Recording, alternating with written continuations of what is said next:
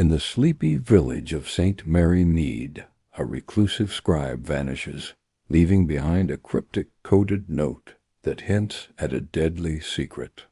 When Miss Marple uncovers a trail of murder, betrayal, and a hidden medieval manuscript worth killing for, she must unravel the cipher to catch a cunning killer.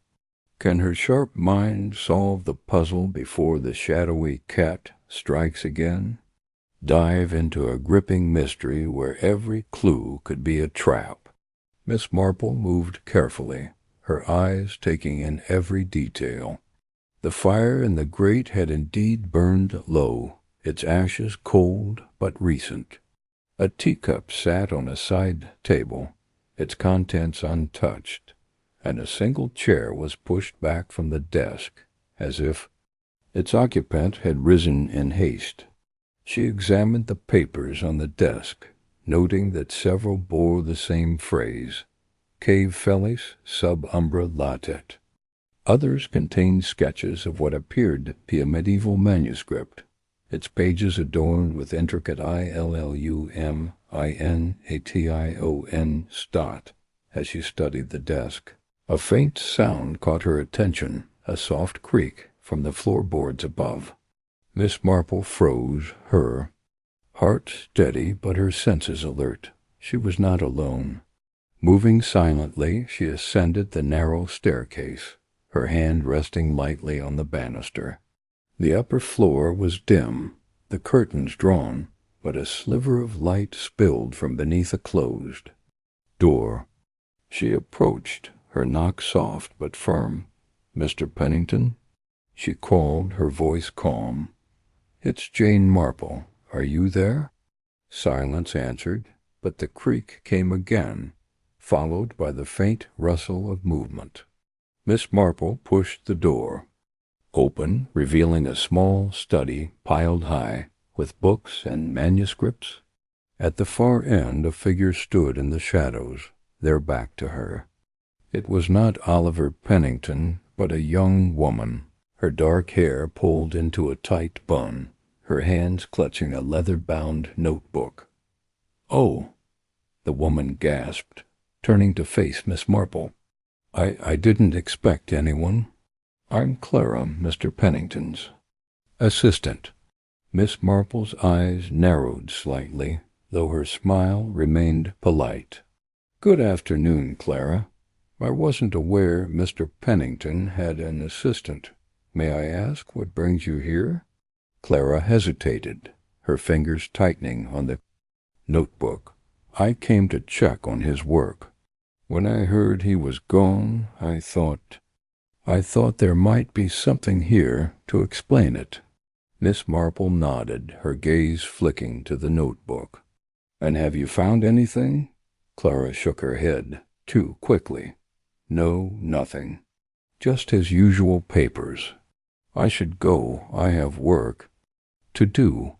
Before Miss Marple could press further, Clara slipped past her and hurried down the stairs, the front door slamming behind her.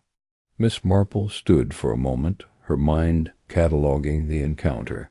Clara's nervousness, the notebook, and her presence in the cottage all suggested she knew more than she was letting on. But for now Miss Marple had other matters to attend to. Back at her cottage, Miss Marple spread the coded note on her dining table, her reading glasses perched on her nose. The symbols were unlike any cipher she had encountered, but she was undeterred. She began by transcribing the note, separating the symbols from the numbers and Latin phrases. The process was slow, her pencil moving deliberately across the page, but she found a rhythm, her thoughts drifting to similar puzzles she had solved in the past. There was the case of the vicar's missing hymnals, which had turned out to be a simple substitution cipher, and the curious incident of the coded love letters, which had relied on a pattern of repeated words as the afternoon waned. She made progress, identifying a sequence of numbers that seemed to correspond to page references in a book. The Latin phrase cave fellis suggested a warning, but the reference to a cat was puzzling. Was it literal or a metaphor for something or someone dangerous? She recalled the village's stray tabby, often seen skulking near the church, but dismissed it as unlikely. More probable was a symbolic cat, perhaps a person known for cunning or stealth. Her musings were interrupted by a knock at the door. It was young Tommy, the butcher's boy, with a message from Mrs. Hartnell.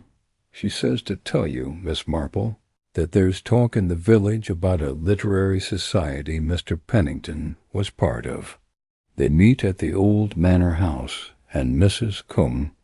Hartnell thinks you ought to know. Miss Marple thanked Tommy and sent him off with a shilling. A literary society was an interesting development, and one that might shed light on Oliver Pennington's disappearance.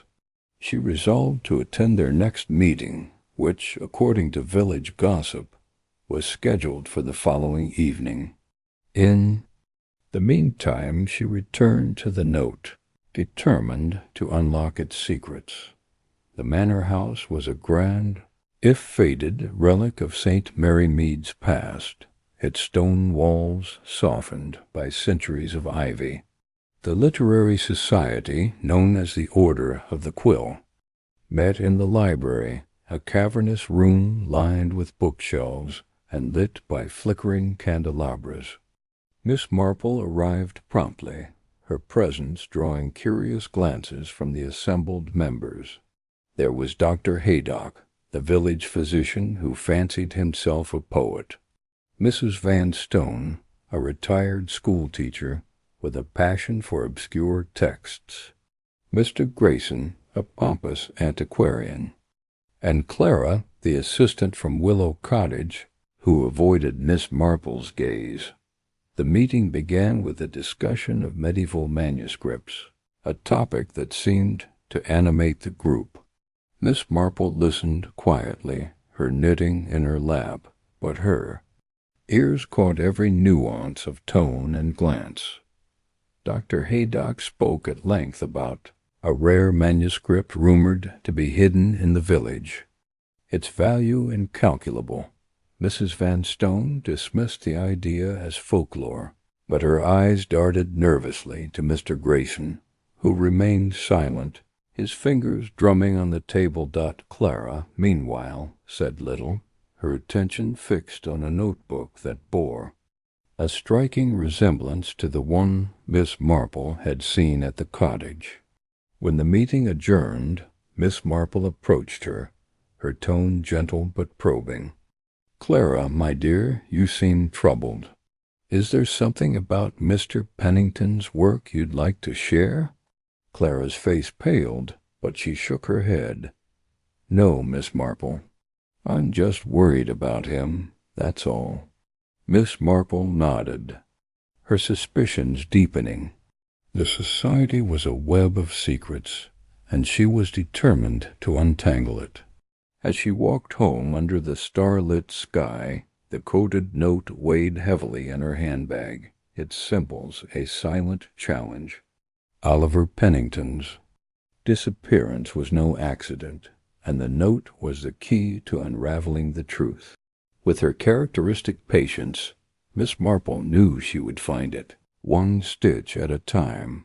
The next morning brought a fresh wave of gossip to St. Mary Mead. Mrs. Hartnell, ever the bearer of news, arrived at Miss Marple's cottage with a breathless report. "It's Mr. Grayson from the Literary Society," she exclaimed. "Found dead in his study this morning, poisoned, they say." And there was another note, just like the one at Mr. Pennington's. Miss Marple's heart quickened, though her expression remained calm. "Poisoned, you say? And another coded note? This is most disturbing." She wasted no time, gathering her shawl and handbag and setting off for the manor house. The police were already there, led by Inspector Craddock, a young man who respected Miss Marple's insights, though he sometimes underestimated her. "Miss Marple," he greeted her, tipping his hat. "I suppose you've heard about Mr. Grayson?" "I have," she replied. "May I see the note?" Craddock hesitated, then handed her a photograph of the note, which was being held as evidence. It was similar to the first, with the same symbols and Latin phrase, but a new line had been added: "Ego fellum video." Miss Marple translated it silently. "I see the cat." The warning was growing clearer, and with it the sense of danger dot as she studied the note. Her thoughts returned to the literary society. Mr. Grayson's death confirmed her suspicions of foul play, and the coded notes suggested a pattern. She recalled Dr. Haydock's mention of a valuable manuscript, and Clara's nervous demeanor. The pieces were falling into place, but the puzzle was far from complete. Over the next few days, Miss Marple continued her quiet investigation, visiting the village library to research ciphers and consulting her nephew Raymond, who had a knack for puzzles.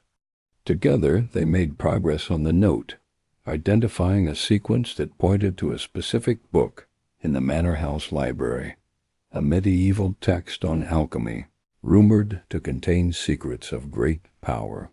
The Latin phrases they deduced were clues to the book's location, hidden in plain sight among the Society's collection.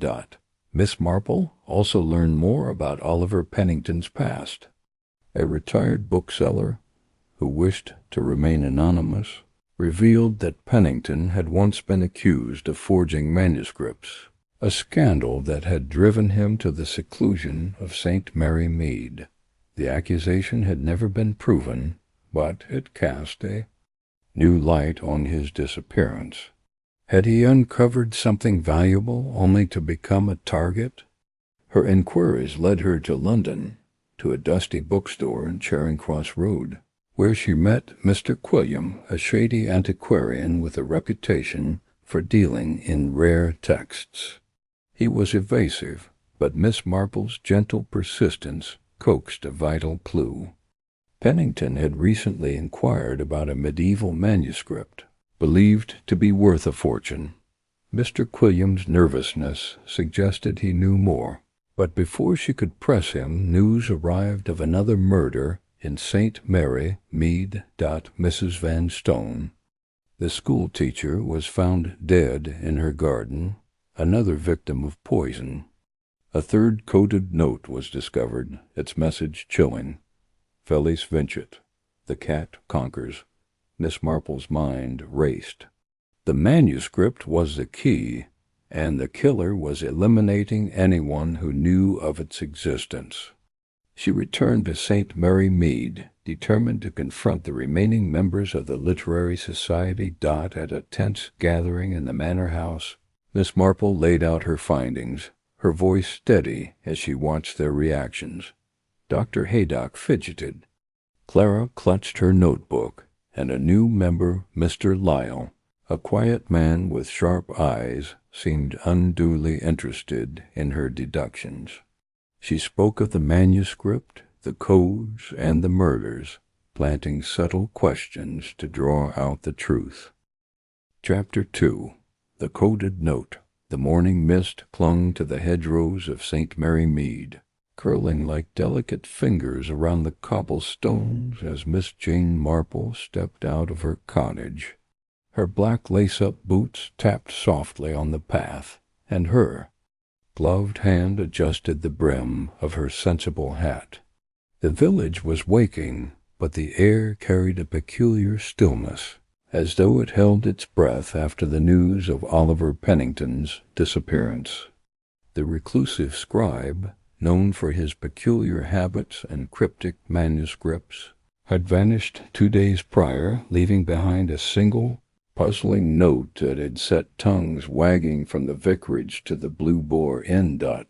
Miss Marple's destination was the vicarage, where the Reverend Clement had summoned her with an urgency rare for the mild-mannered cleric. The note, he'd said in his hurried telephone call, was unlike anything he'd seen, a jumble of letters and symbols that seemed to pulse with hidden meaning. As she walked, her sharp eyes took in the village, the butcher's boy cycling past, with a parcel of sausages, Mrs. Price's curtains twitching as she no doubt spied on passers-by, and the faint clatter of teacups from the tea-room. St. Mary Mead was a place of predictable rhythms, yet Oliver's disappearance had disrupted its pulse, and Miss Marple felt the familiar tingle of a mystery taking shape. The vicarage gate creaked as she pushed it open, and she found the Reverend Clement waiting on the doorstep, his round face flushed with a mixture of excitement and unease. "Miss Marple, thank heaven you're here," he said, ushering her inside. "It's the strangest thing. I found it in Oliver's cottage when I went to check on yesterday. I thought perhaps he'd left a note explaining his absence, but this is something else entirely." He led her to the parlor where a small oak table held a single sheet of paper, yellowed at the edges and covered in a chaotic scrawl. Miss Marple adjusted her spectacles and leaned forward, her gaze sharpening. The note was a labyrinth of letters, numbers, and odd symbols, some resembling astrological signs, others like fragments of an unknown alphabet. At the top, in Oliver's meticulous handwriting, was a single line: "To those who seek, the truth lies hidden in plain sight." "It's a code, isn't it?" the vicar said, wringing his hands. "I've tried to make sense of it, but it's beyond me. I thought of you at once, Miss Marple. You've a knack for these things." Miss Marple's lips curved into a faint smile.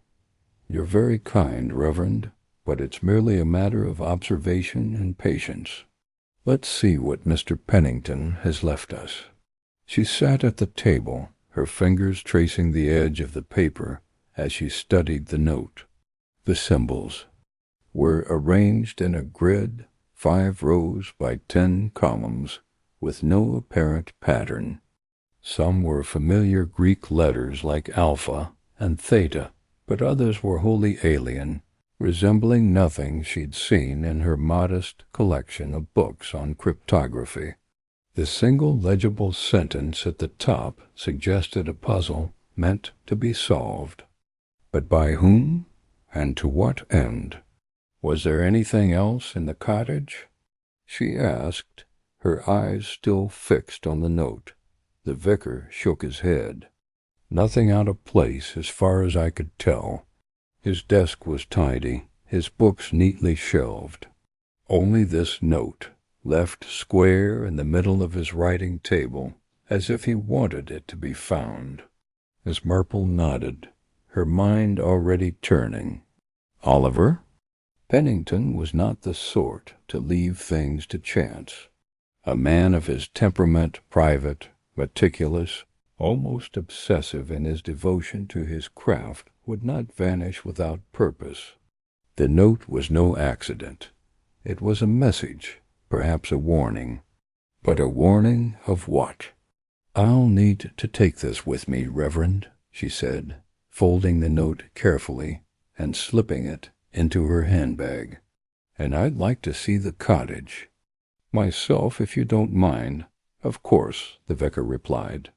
"I'll fetch the key." The walk to Oliver's cottage was short, just past the village green and down a narrow lane lined with hawthorn bushes.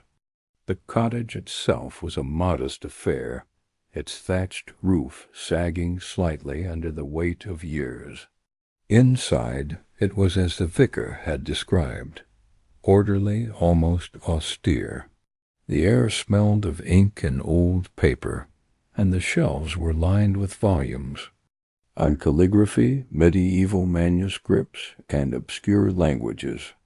A single quill lay beside an inkpot on the desk, as if Oliver had set it down sentence.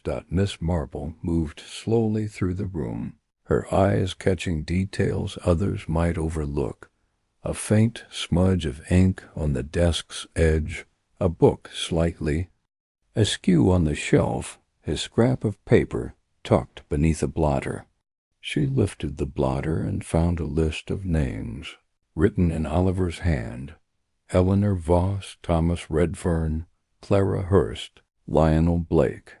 Beside each name was a single word: quill, ink, parchment, seal. The Literary Society, she thought, recognizing the names from village gossip. Oliver had been a member of this secretive group, though he rarely spoke of it. Reverend, she called softly. Did Oliver ever mention the Literary Society to you? The vicar, hovering by the door, looked thoughtful. Only in passing.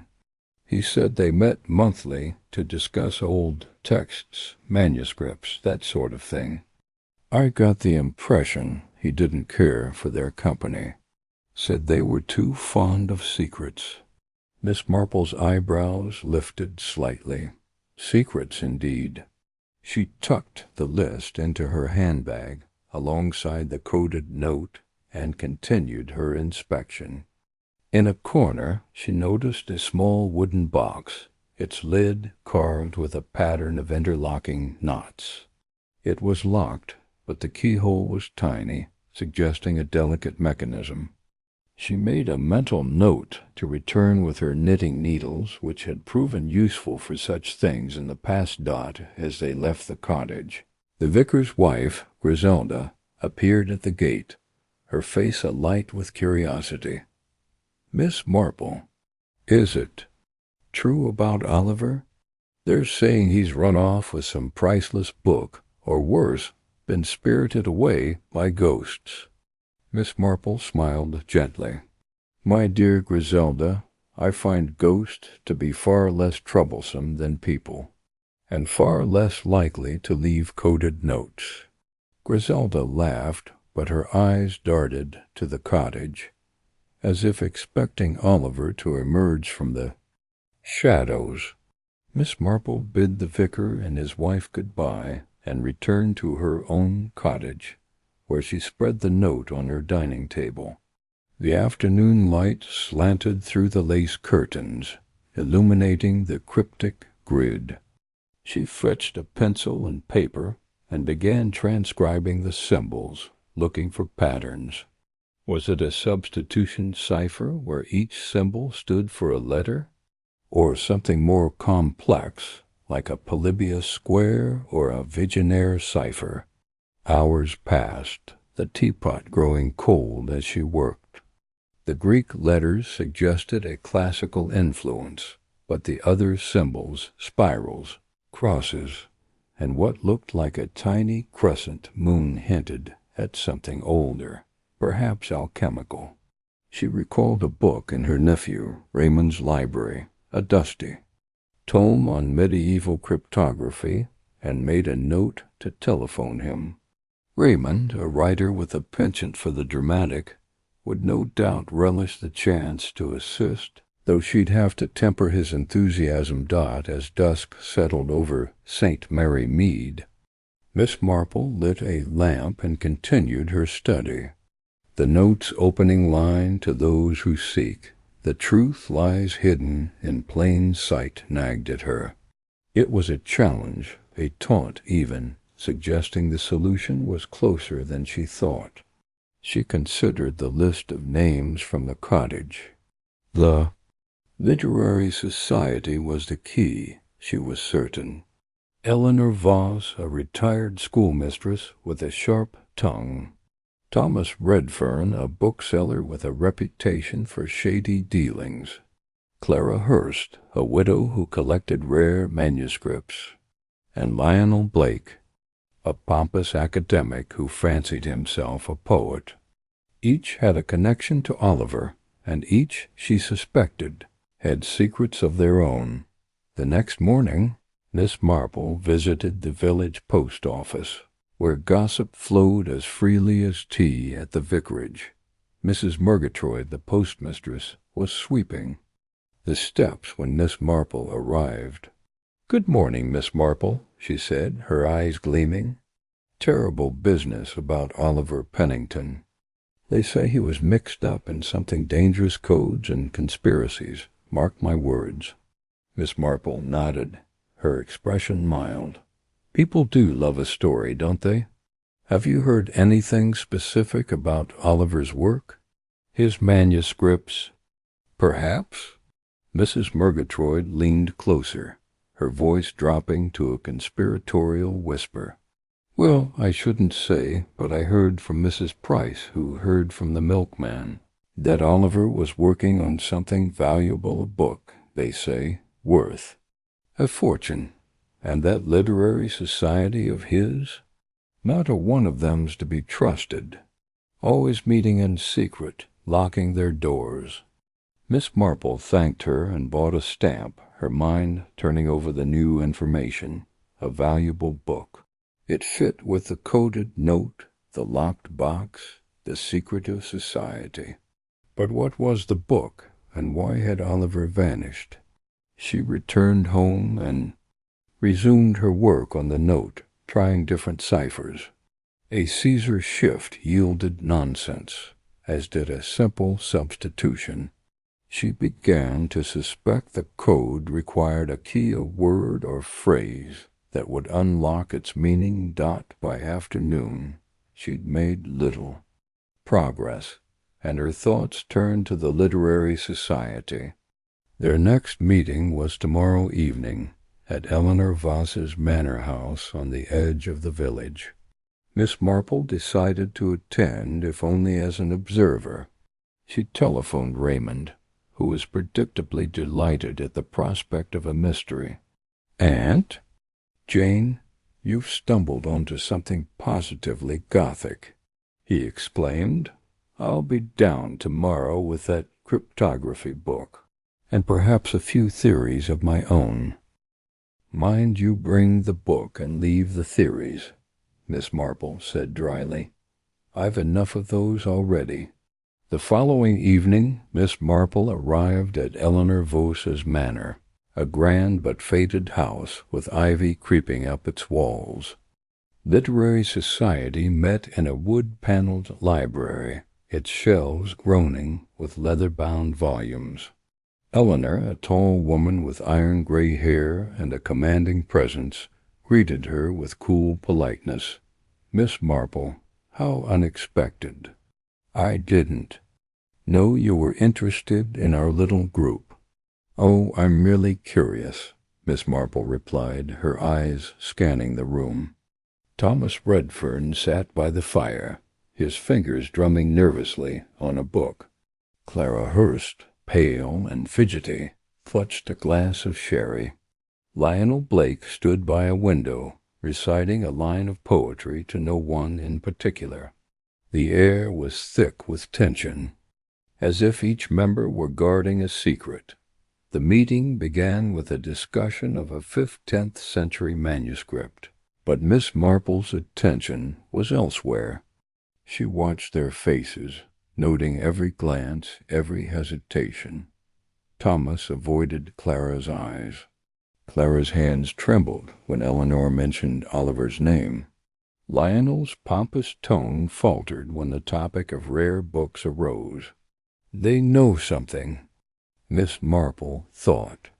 Perhaps not all of them, but one or more. As the evening drew to a close, Eleanor offered to show Miss Marple a rare volume from her collection, a medieval psalter with illuminated pages.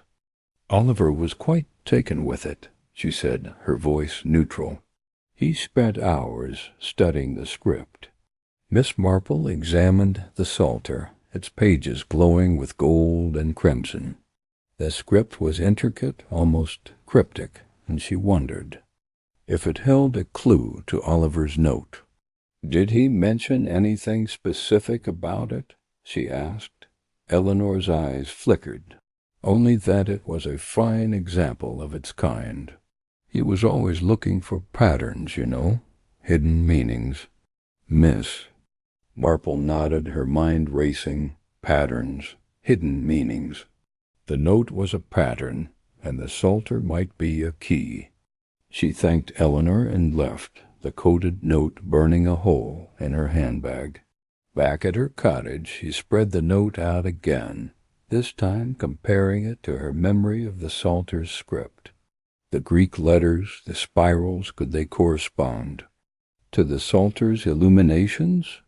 Raymond arrived the next morning, brandishing a thick book on medieval cryptography.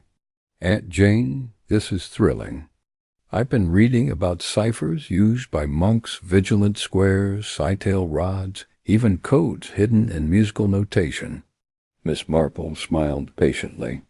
"Let's start with the book, Raymond. And a cup of tea." Together they pored over the note, cross-referencing it with the book's examples. Raymond suggested a Polybius square where letters were mapped to a grid based on coordinates. Miss Marple tried it, using the word quill from the list of names as a key. To her surprise, the first row began to yield words. Seek, they shadow.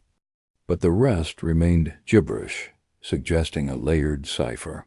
"It's a start," she said, her eyes gleaming. "But there's more to it. Something in the village, I think. Something hidden in plain sight." Raymond leaned back, grinning. "You're enjoying this, aren't you, Aunt Jane?"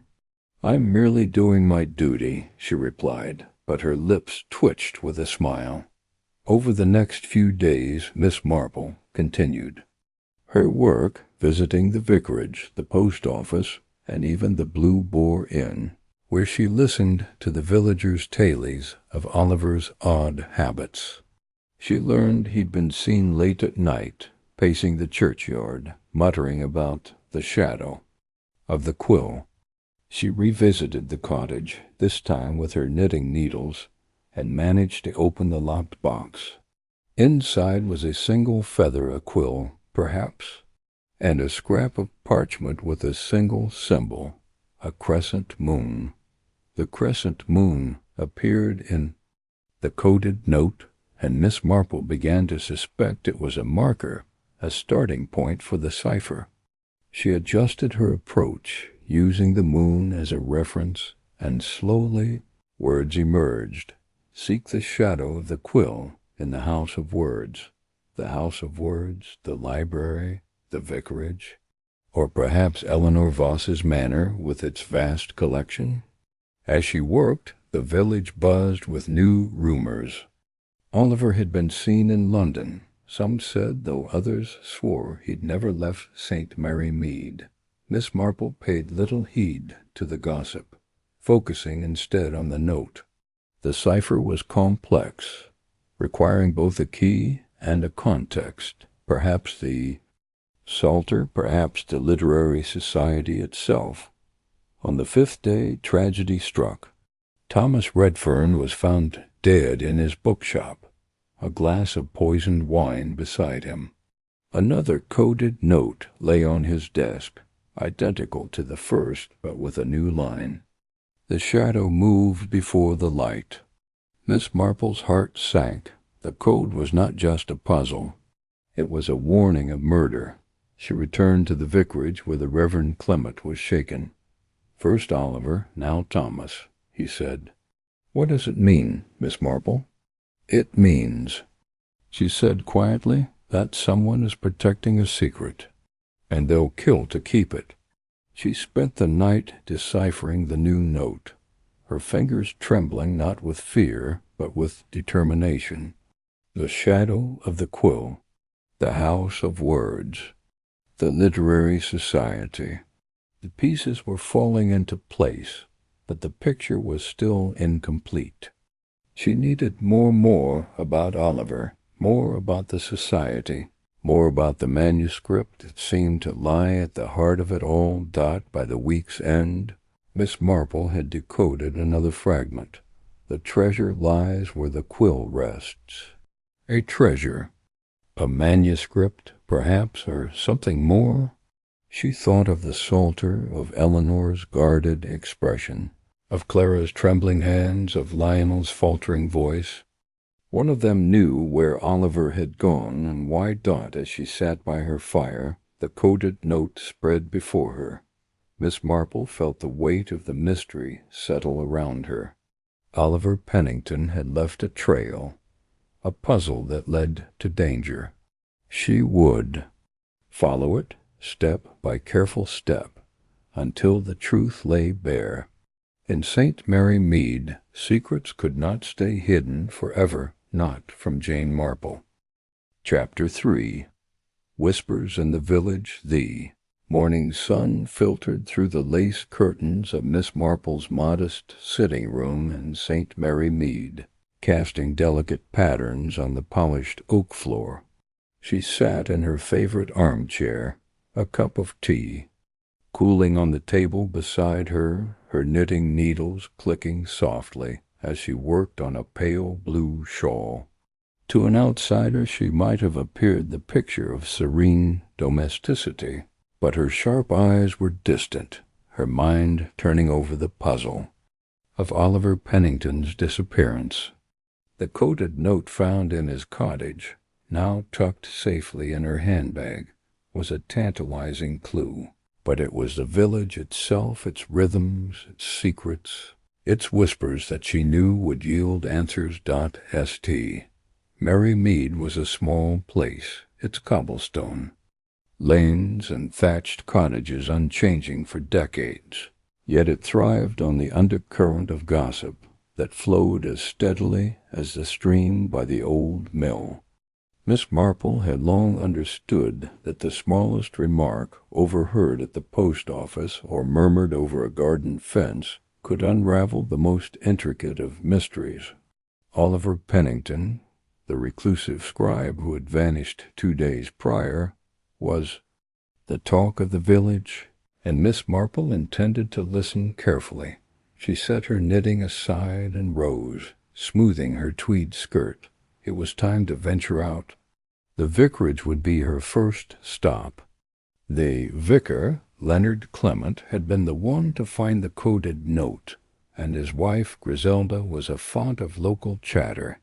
If anyone had heard something about Oliver's habits or connections, it would be Griselda, whose youthful exuberance often led her to repeat things others might hold close. The walk to the vicarage was pleasant, the air crisp with the promise of autumn. Miss Marple passed Mrs. Price's shop, where a cluster of women stood outside, their heads bent together. She caught fragments of their conversation as she approached. Never saw him much, always scribbling away. And odd. Society he was part of, the literary lot. Miss Marple slowed her pace, pretending to adjust her scarf, her ears attuned to every word. "Morning, Miss Marple," called Mrs. Price, spotting her. The shopkeeper's round face was alight with curiosity. "Terrible business about Mr. Pennington, isn't it? Vanished without a trace."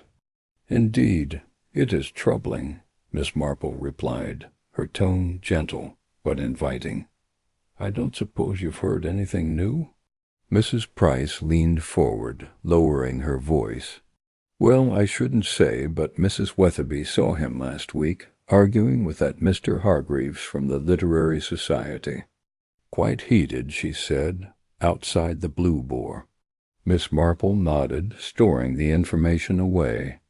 Mr. Hargreaves, a retired schoolmaster with a penchant for rare books, was a known figure in St. Mary Mead, though his involvement with Oliver's Literary Society was news to her. "Thank you, Mrs. Price," she said. "I mustn't keep you." She continued on, her mind sifting through the tidbit. An argument suggested tension, perhaps a motive. Oliver Pennington was a solitary man, rarely seen outside his cottage, except to post letters or buy supplies. His work as a scribe meticulously Copying ancient manuscripts by hand was unusual in a village where most livelihoods revolved around farming or small trade. That he belonged to a literary society was intriguing, and Miss Marple suspected it was no ordinary book club dot at the vicarage. Griselda greeted her with a bright smile, her auburn hair slightly askew as she ushered Miss Marple inside. "Oh? Miss Marple, how lovely! Leonard's in his study, fussing over that dreadful note. I told him to leave it to the police, but you know how he gets." Miss Marple smiled faintly. "I'd like to have a word with him, if I may. And perhaps you've heard something about Mr. Pennington's acquaintances?" Griselda's eyes sparkled. "Oh, heaps. Everyone's talking about him. Did you know he was part of that queer literary society?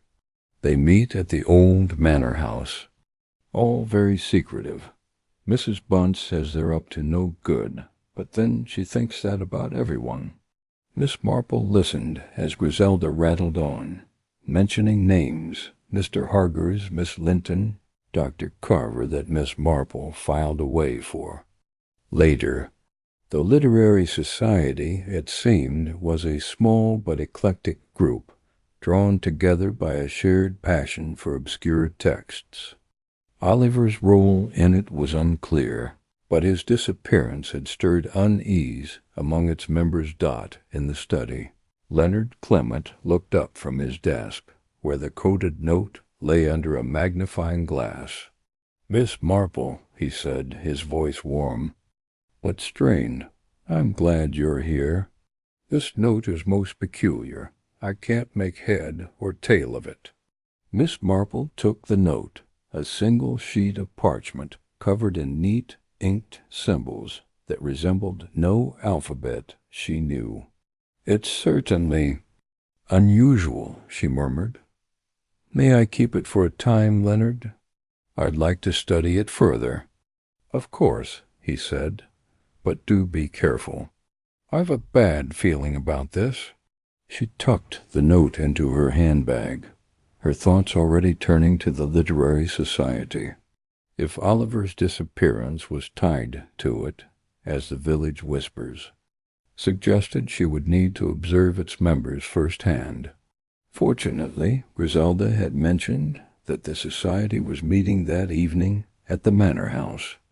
Miss Marple, with her knack for blending into the background, resolved to attend the manor house. A grand but faded structure on the edge of St. Mary Mead was owned by Miss Linton, a spinster of means who had inherited it from her father. As Miss Marple approached that evening, the house's tall windows glowed with lamplight, and the murmur of voices carried through the crisp air. She wore a plain black dress and her best hat, aiming to appear unremarkable, a talent she had perfected over years of quiet observation. Inside, the drawing-room was filled with an assortment of characters, each more distinct than the last. Miss Linton, tall and angular, presided over the group with a nervous energy, her eyes darting to the door as if expecting an intruder. Mr. Hargreaves, the retired schoolmaster, sat stiffly, his hands clasped around a leather-bound book. Dr. Carver, a local physician with a passion for medieval poetry, lounged in an armchair, his expression amused. There was also Mrs. Eldridge, a widow with a sharp tongue, and Mr. Tate, a young bookseller from London who seemed out of place among the older members. Miss Marple took a seat near the back, her knitting in her lap, and listened as the society discussed a recent acquisition, a fragment of a medieval manuscript, incomplete but valuable. The conversation was polite but strained, with frequent glances at Oliver's empty chair. Miss Marple noted the undercurrents: Mrs. Eldridge's curt replies to Mr. Hargreaves, Miss Linton's fidgeting, Dr. Carver's studied nonchalance. Something was amiss, and she suspected it went beyond Oliver's absence. During a lull, she spoke up, her voice soft but clear. "I understand Mr. Pennington was working on a manuscript before he disappeared. Was it part of your collection?" The room stilled. Miss Linton's teacup rattled against its saucer. "Oliver was ... meticulous," she said carefully. "He was copying a rare text for us, but he hadn't finished." "A pity," Miss Marple said, her eyes moving from face to face. "Such work must be valuable." "I suppose it's safe wherever it is," Mr. Hargreaves coughed. "Safe enough, I'm sure." Oliver was discreet, but Mrs. Eldridge's lips tightened, and Dr. Carver's smile faltered. Miss Marple made a mental note. The manuscript was important, and someone or several someones knew more than they were saying. As the meeting ended, Miss Marple lingered, pretending to search for a dropped stitch. She overheard Mr. Tate muttering to Dr. Carver, "If that manuscript surfaces, we're all in trouble." Dr. Carver's reply was too low to catch, but his glance toward Miss Linton was unmistakable. Back at her cottage, Miss Marple sat by the fire, the coded note spread before her. The symbols were unlike anything she had seen, but she sensed they held the key to Oliver's disappearance. The village whispers had given her a starting point. The literary society, the manuscript, the argument with Hargreaves. She would need to tread carefully, for if Oliver's vanishing was no accident, someone in St. Mary Mead was hiding a dangerous secret. Over the next few days, Miss Marple made discreet inquiries, weaving through the village like a thread through fabric. She visited the Blue Boar, where the barmaid confirmed Mrs. Weatherby's story of Oliver's argument with Hargreaves. "It was about money, I think," the barmaid said, polishing a glass. "Mr. Pennington was shouting about being owed something." At the post office, Miss Marple learned that Oliver had been sending parcels to London, addressed to a bookstore in Charing Cross. This piqued her interest. A scribe like Oliver might deal in rare texts, but why London, and why so frequently?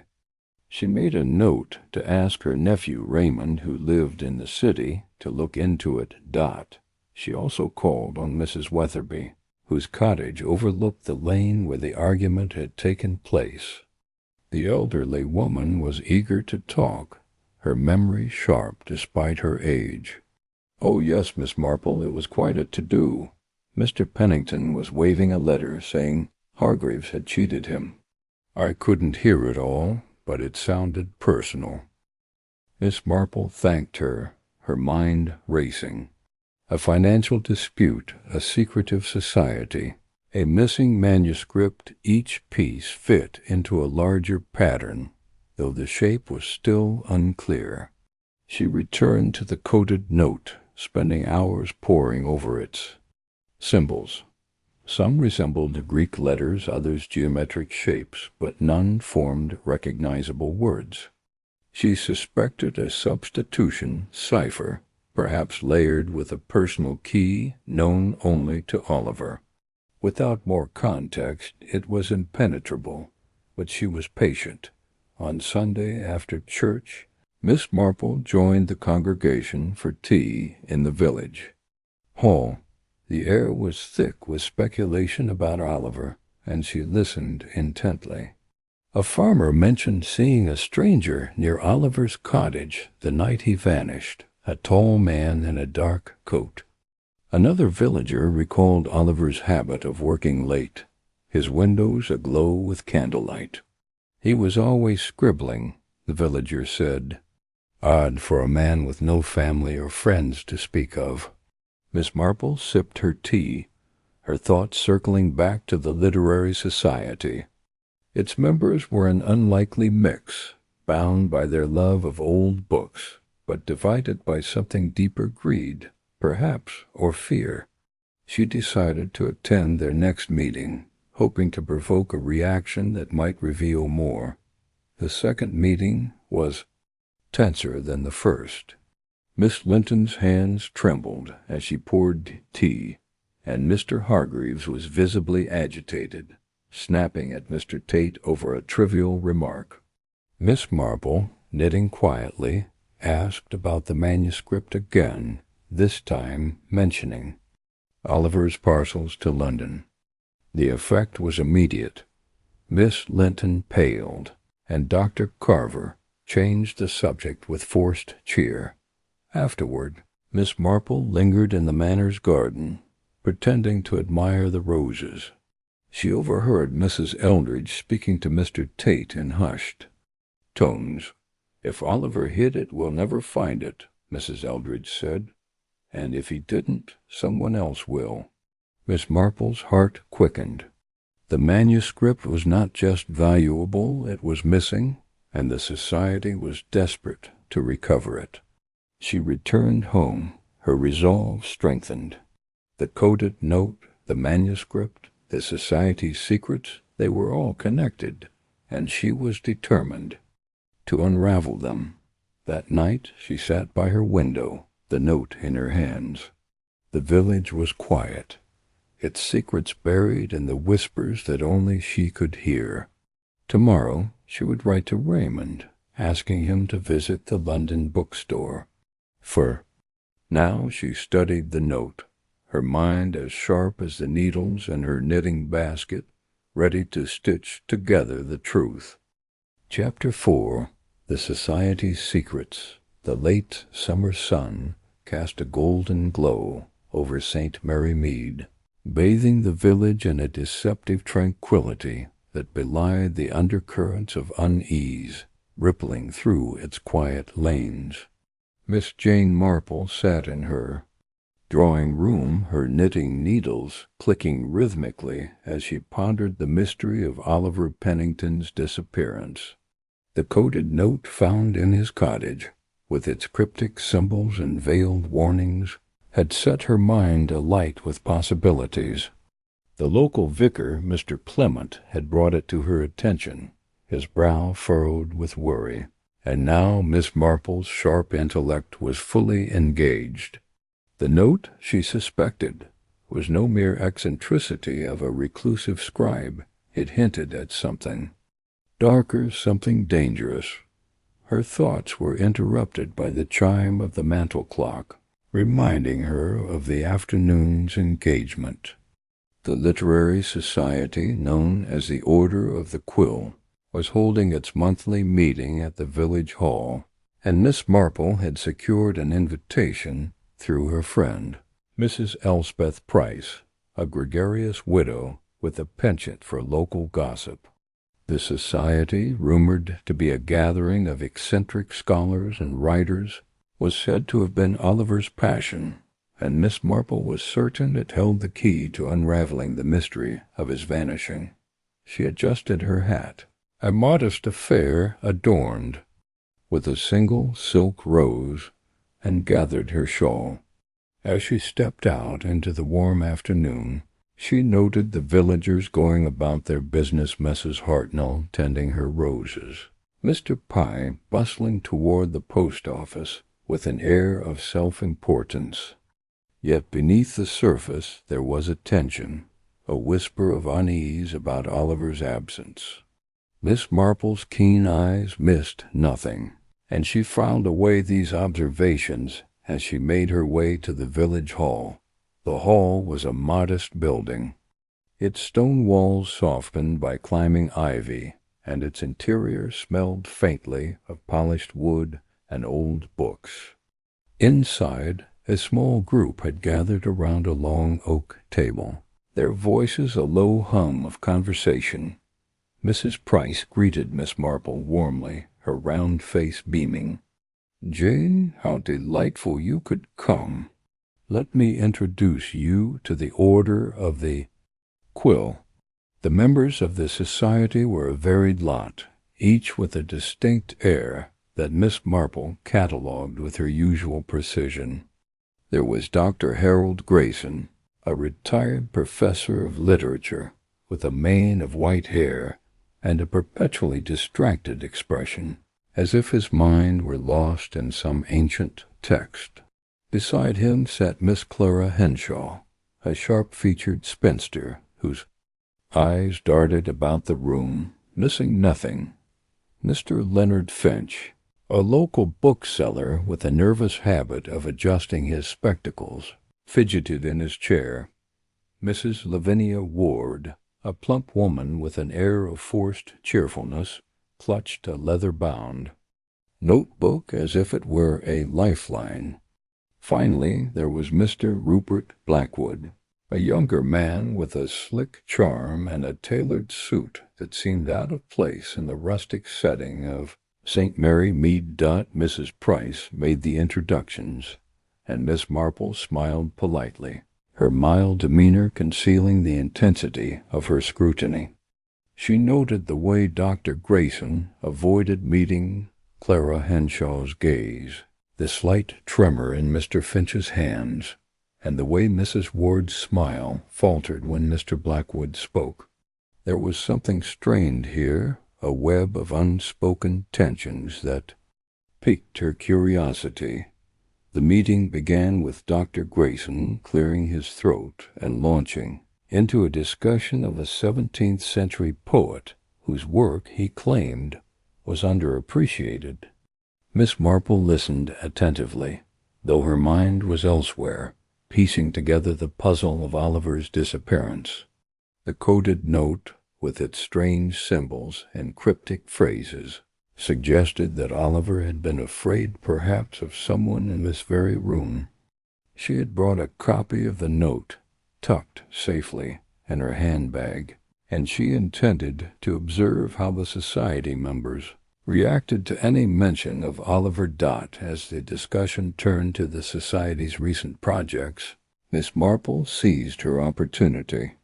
"I understand Mr. Pennington was quite devoted to your group," she said, her voice gentle but probing. "Such a pity about his sudden absence. Has anyone heard from him?" A hush fell over the table. Dr. Grayson's pen froze mid-scribble, and Miss Henshaw's eyes narrowed. Mr. Finch adjusted his spectacles with a nervous twitch, while Mrs. Ward's smile grew even more strained. Mr. Blackwood, however, leaned back in his chair, his expression one of calculated indifference.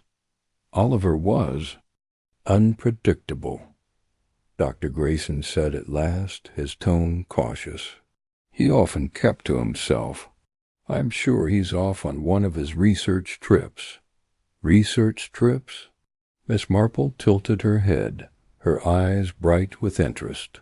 Did he often disappear without notice? Well, not exactly, Mrs. Ward interjected, her voice a touch too bright. But Oliver was always chasing some obscure manuscript or another. He'd get lost in his work, you know.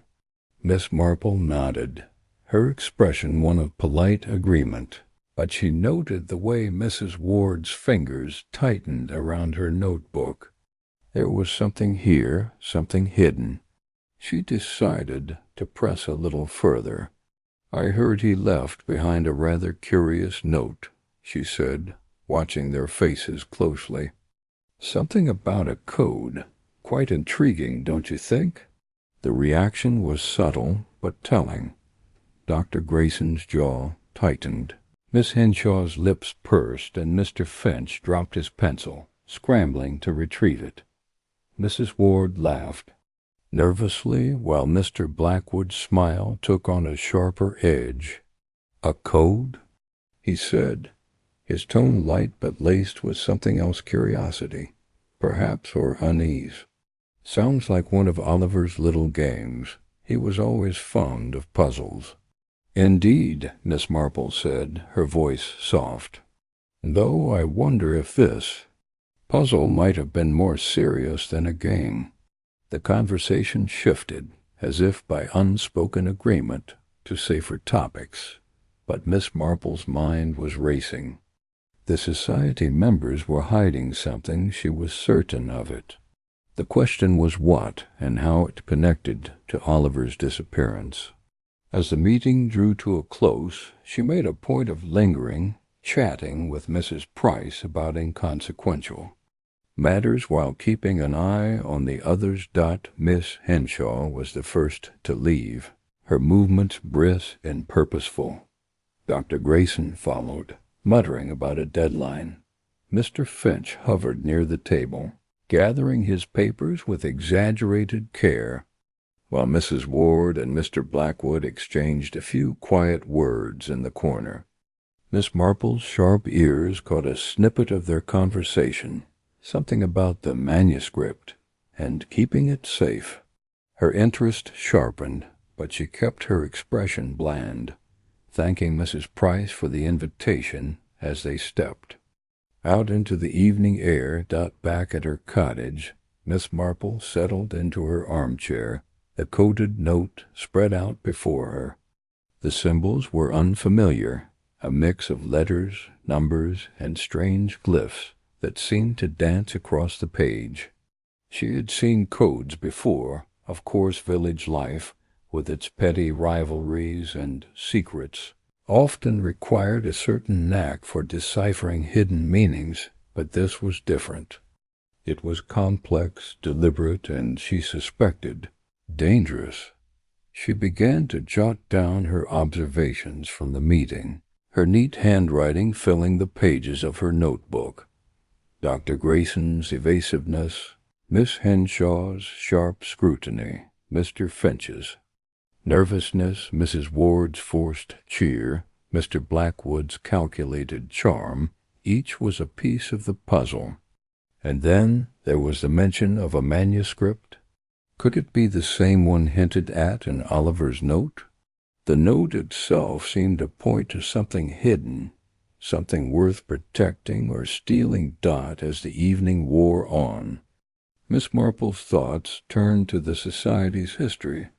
Mrs. Price had mentioned that the Order of the Quill had been founded decades ago by a group of scholars obsessed with rare texts. Oliver, with his passion for manuscripts, would have fit right in, but his reclusive nature suggested he might have been more than just a member. Perhaps he had uncovered something a secret the Society wanted to keep hidden.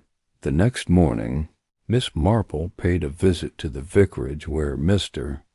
Clement was sorting through a pile of parish records. "Jane, what a pleasant surprise," he said, pushing his glasses up his nose. "Still thinking about that note?" "Always," she replied with a smile. "I was wondering if you might know anything about the Order of the Quill. They seem a rather private group." Mr. Clement frowned, setting down a ledger. "Private is one way to put it.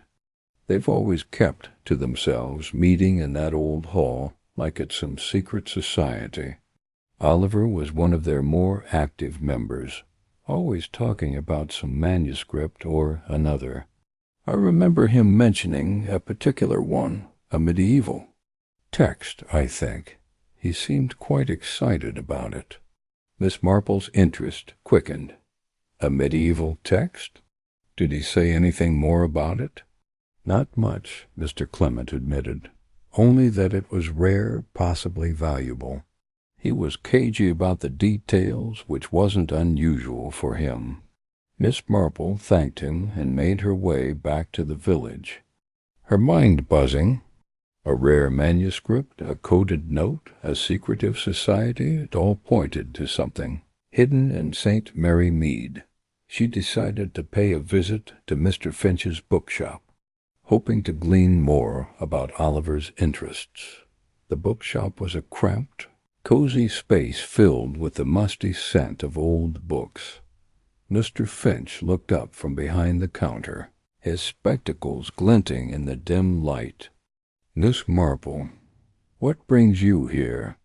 "Oh, just browsing," she said airily, her eyes scanning the shelves. "I understand Oliver Pennington was a frequent customer. He must have had a fine collection." Mr. Finch's smile faltered. "Oh, Yes, Oliver was always after rare books. Manuscripts, mostly. He had a particular interest in medieval texts. Did he ever mention a specific manuscript? She asked, her tone casual. Miss Marple nodded, her mind racing. A rare medieval manuscript, valuable enough to spark secrecy and suspicion. It was beginning to make sense. She thanked Mr. Finch and left, her thoughts turning to the Society's other members. If the manuscript was the key, someone in the Order of the Quill knew more than they were letting on. Over the next few days, Miss Marple made discreet inquiries around the village, piecing together fragments of information. Mrs. Hartnell, ever eager to share gossip, mentioned that Miss Henshaw had been seen arguing with Oliver shortly before his disappearance. Mr. Pye, the postmaster, let slip that Mr. Blackwood had been receiving mysterious packages from London, addressed to the Society, and Mrs. Price, over tea, confided that Mrs. Ward had been unusually anxious lately, clutching her notebook as if it held state secrets. The more Miss Marple learned, the more convinced she became that the Society was at the heart of the mystery. The manuscript, whatever it was the key, and Oliver's disappearance was no accident. She decided to attend the next meeting of the Order of the Quill, determined to uncover more. The second meeting was held in the same village hall, but the atmosphere was even more strained. Dr. Grayson seemed distracted, his lecture on obscure poetry lacking its usual vigor. Miss Henshaw's sharp eyes darted from face to face, as if searching for a threat. Mr. Finch was quieter than usual, his hands trembling as he turned the pages of his notebook. Mrs. Ward's forced cheer was almost painful to watch, and Mr. Blackwood's charm seemed to mask a growing unease. Miss Marple waited until the discussion turned to manuscripts, then made her move. "I've been reading about medieval texts," she said, her voice mild. "Fascinating things." "I understand." Mr. Pennington was working on something quite special before he left. A manuscript, perhaps? The room went still. Dr. Grayson coughed. Miss Henshaw's lips tightened, and Mr. Finch dropped his pencil again. Mrs. Ward laughed nervously, while Mr. Blackwood leaned forward, his eyes narrowing. "You seem very interested in Oliver's work, Miss Marple," he said, his tone smooth but edged with suspicion. "I'm just a curious old lady," she replied, her smile disarming. "But I do find codes and manuscripts terribly intriguing. Don't you?" The conversation shifted again, but Miss Marple had seen enough. The Society was hiding something, and the manuscript was at the center of it. As the meeting ended, she lingered once more, watching as the members dispersed. Miss Henshaw left quickly, her steps brisk. Dr. Grayson muttered something about needing air and hurried out. Mr. Finch fumbled with his papers, while Mrs. Ward and Mr. Blackwood lingered, their heads bent together in hushed conversation. Miss Marple returned home, her mind a whirl of possibilities. The coded note, the manuscript, the Society's secrets, it was all connected. She spread the note out on her table, studying the symbols again. They were complex, but she was beginning to see patterns, hints of meaning. With her nephew Raymond's help, she was certain she could crack it. But for now, she needed more information. The next day, she visited Mrs. Price, who was delighted to share more gossip. "You know, Jane, I heard something odd about Mr. Blackwood," she said, pouring tea. "He's been spending a lot of time in London, meeting with some shady characters. Antique dealers, I think." Miss Marple's eyes brightened. "Antique dealers?" How interesting. Did Oliver ever mention anything about selling a manuscript? Mrs. Price frowned, thinking.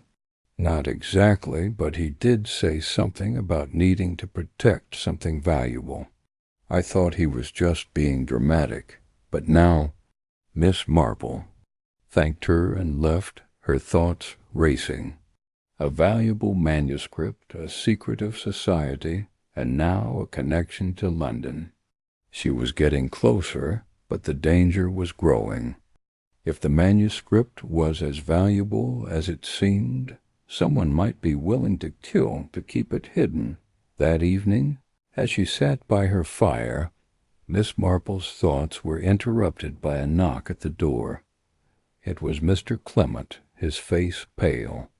"Jane, I've just heard something terrible," he said, his voice trembling. "Miss Henshaw was found dead this morning. Poisoned, they say, in her own home." Miss Marple's heart sank, but her resolve hardened. The mystery was deepening, and the stakes were higher than ever. The Order of the Quill was not just a society, it was a battleground, and Miss Marple was determined to uncover the truth before anyone else fell victim to its secrets. She returned to the coded note, her fingers tracing the symbols. Somewhere in those cryptic lines lay the key to the manuscript, the murders, and Oliver's disappearance. And Miss Marple, with her quiet determination and sharp mind, would not rest until she had unraveled it all. Chapter 5. A Deadly Discovery. The morning sun filtered through the lace curtains of Miss Marple's sitting room, casting delicate patterns on the polished oak floor. She sat in her favorite armchair, a cup of tea cooling on the table beside her, her knitting needles clicking softly as she pondered the coded note from Oliver Pennington's cottage. The village of St. Mary Mead was unusually quiet, the usual hum of gossip subdued by the weight of recent events. Oliver's disappearance had stirred unease, and the cryptic message he'd left behind hinted at something far more sinister than a simple flight from village life. Miss Marple's thoughts were interrupted by a sharp knock at the door. She sat, her knitting aside, and rose, smoothing her skirt. It was Mrs. Price, the vicar's wife, her face pale and her eyes wide with urgency. "Miss Marple, oh, you must come at once." Mrs. Price's voice trembled. "It's dreadful, Mr. Hartley, from the Literary Society. He's been found dead in his garden."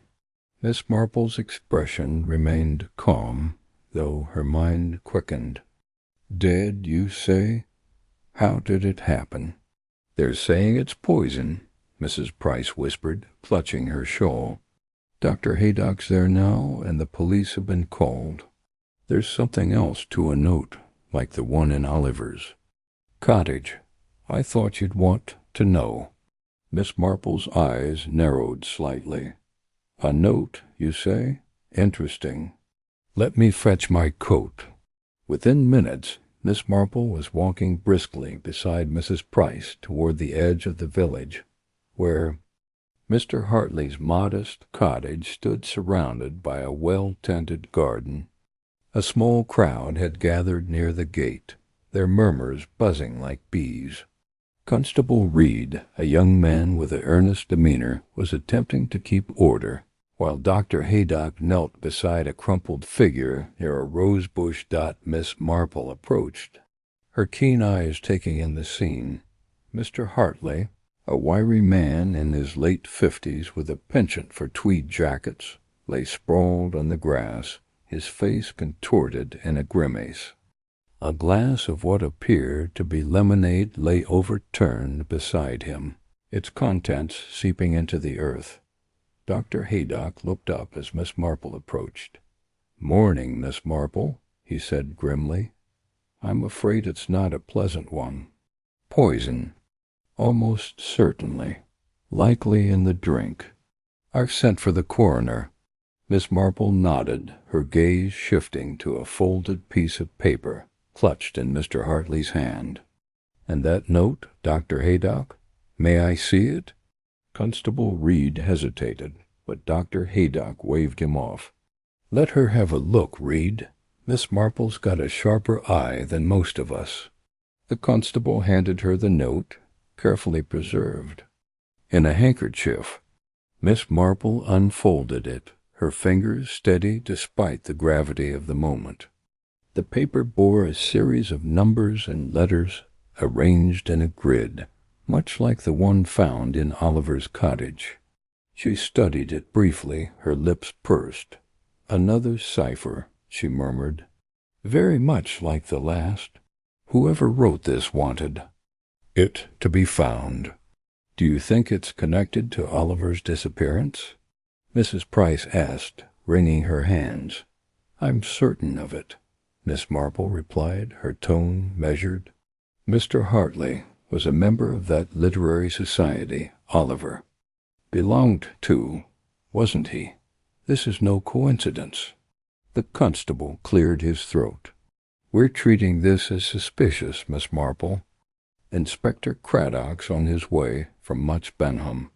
He'll want to speak with you, no doubt." Miss Marple inclined her head. "I'll be at home, Constable. Please ensure the note is kept safe." As she turned to leave, her eyes lingered on the garden, noting the overturned glass, the neatly trimmed roses, and the faint imprint of a footprint in the soft earth near the gate. She filed these details away, her mind already piecing together the puzzle. Back at her cottage, Miss Marple spread the new note beside the one from Oliver's cottage, comparing the two. Both were written in a similar hand, the ink dark and precise, the symbols arranged in orderly grids. The first note had hinted at danger, with phrases like shadow moves and hidden treasure. This new note, though, seemed more urgent, its symbols denser, its structure more complex.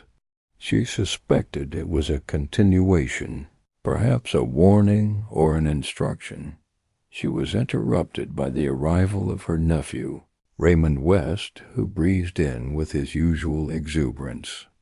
A writer by trade, Raymond had a flair for the dramatic, but his sharp mind often proved useful. "Aunt Jane," he exclaimed, tossing his hat onto the sofa. "I heard about poor Hartley. Poison, they say. It's like something out of one of my novels. Have you got any theories?" Miss Marple smiled faintly. "Theories, Raymond, come after facts. But I do have a note that needs deciphering. Would you care to lend a hand?" Raymond's eyes lit up. "A code?" "Splendid. Let's have a look." They sat at the table, the two notes spread before them. Raymond, with his knack for puzzles, began jotting down possible interpretations, while Miss Marple guided him with gentle nudges. "Look at the patterns, Raymond." The first note used a substitution cipher, with numbers standing for letters. This one seems to build on it, but there's a twist. See how the grid is divided? Raymond frowned, scribbling furiously. "You're right. It's a Polybius square, but with an extra layer. Some of these numbers repeat in a way that suggests a keyword." Miss Marple nodded. "Exactly. And given Mr. Hartley's death, I suspect the keyword is tied to the literary society, perhaps a book they all shared. They worked for hours testing keywords drawn from the society's reading list, Chaucer, Donne, Shakespeare. Finally, Raymond snapped his fingers. It's the Tempest. Look, if we use Prospero as the keyword, the numbers align with the text of the play." Miss Marple's eyes gleamed.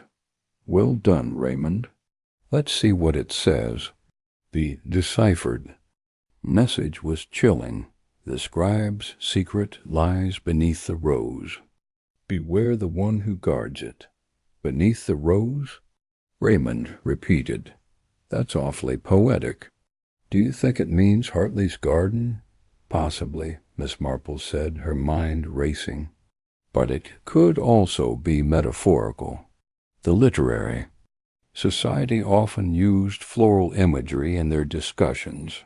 Roses, in particular, symbolized secrecy in their meetings. Raymond leaned back, impressed. You think this points to the killer? I think, Miss Marple said carefully, it points to someone who knows more than they're letting on. And I suspect Mr. Hartley knew too much. The next morning, Miss Marple attended the inquest, held in the village hall. The room was packed with villagers, their whispers filling the air. Dr. Haydock testified that the poison was likely cyanide, administered through the lemonade. The coroner ruled the death as murder, and Inspector Craddock, a sharp-eyed man with a no-nonsense demeanor, took charge of the investigation that Miss Marple caught his attention afterward. Inspector, might I have a word about the note? Craddock nodded, leading her to a quiet corner. I was hoping you'd have something to say, Miss Marple. That note's got my men stumped. She shared the deciphered message, watching his reaction. It suggests something hidden, perhaps in Mr. Hartley's garden.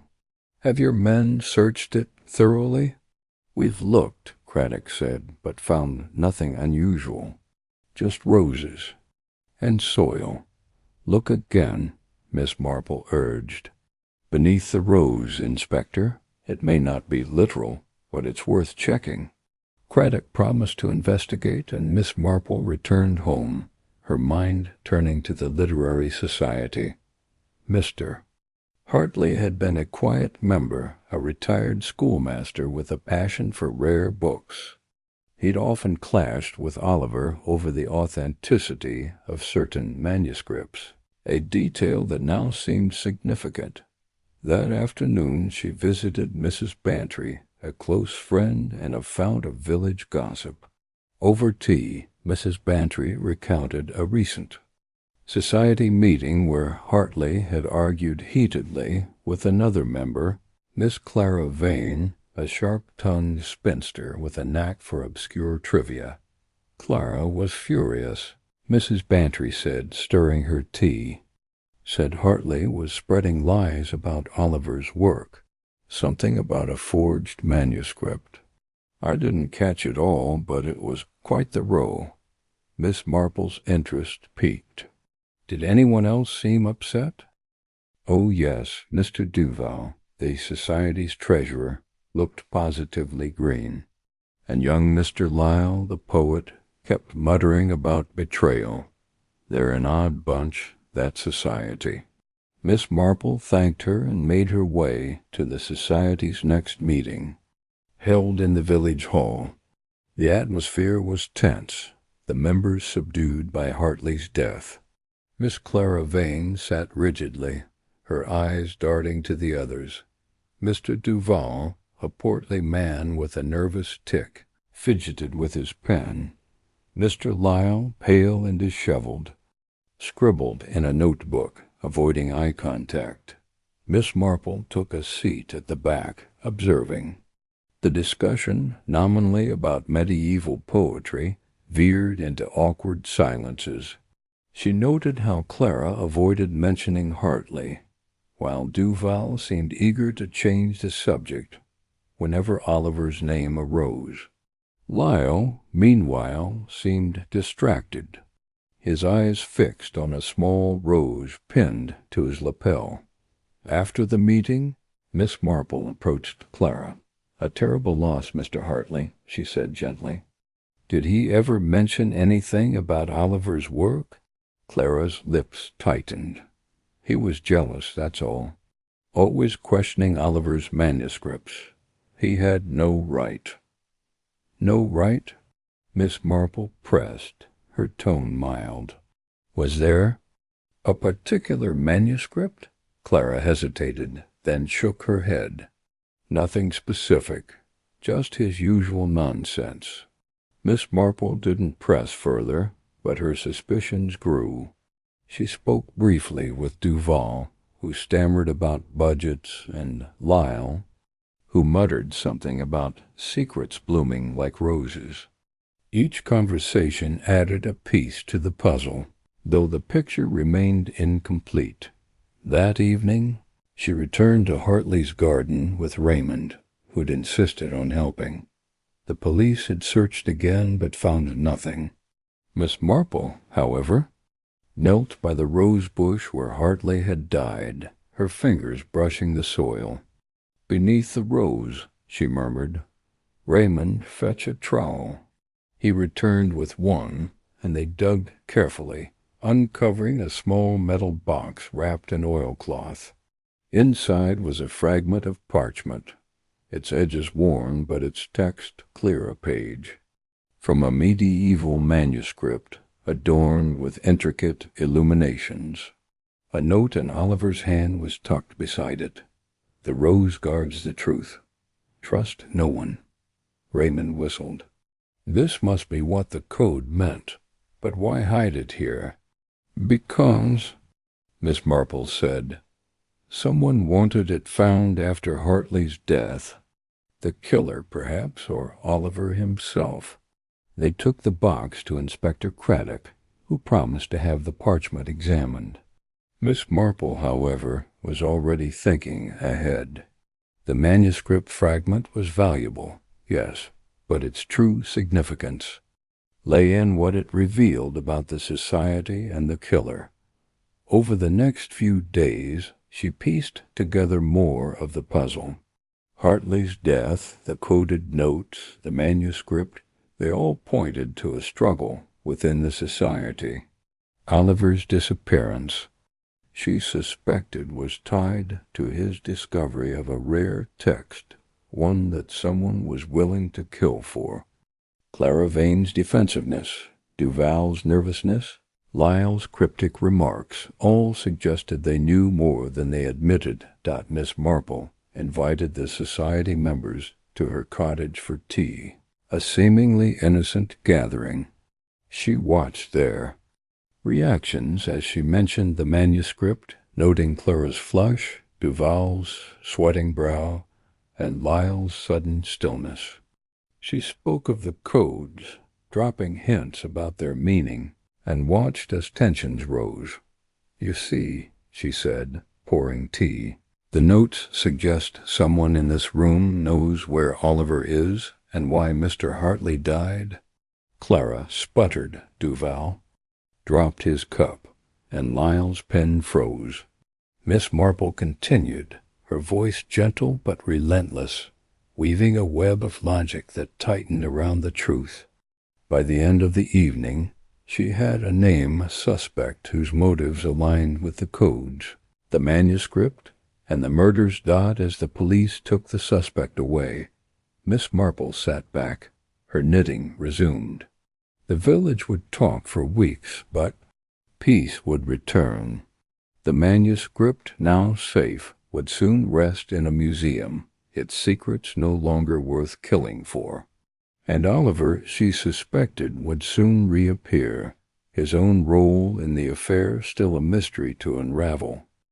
Chapter 6. Unraveling the cipher. Miss Jane Marple sat at the polished oak table in her nephew Raymond West's study, her knitting needles clicking softly in the quiet room. The late afternoon sun filtered through the lace curtains of the vicarage, casting delicate patterns on the walls of St. Mary Mead. Before her lay a creased sheet of paper, its edges yellowed and corners curling, covered in a jumble of letters and symbols that seemed to mock her with their opacity. This was Oliver Pennington's coded note, the cryptic legacy of the vanished Scribe, and it held the key to the mounting mysteries in the village. Raymond sprawled in an armchair with a cup of tea, watched his aunt with a mix of curiosity and impatience. He had arrived from London that morning, summoned by Miss Marple's urgent but characteristically understated request for assistance. "Really, Aunt Jane," Raymond said, adjusting his spectacles, "I don't see how you can make head or tail of this gibberish. It's all squiggles and nonsense. Why not let the police handle it? Inspector Craddock's a decent chap, isn't he?" Miss Marple's eyes, sharp despite her age, flicked up from the note. "My dear Raymond," she said, her voice gentle, "but firm Inspector Craddock is indeed capable, but codes require a certain patience and observation.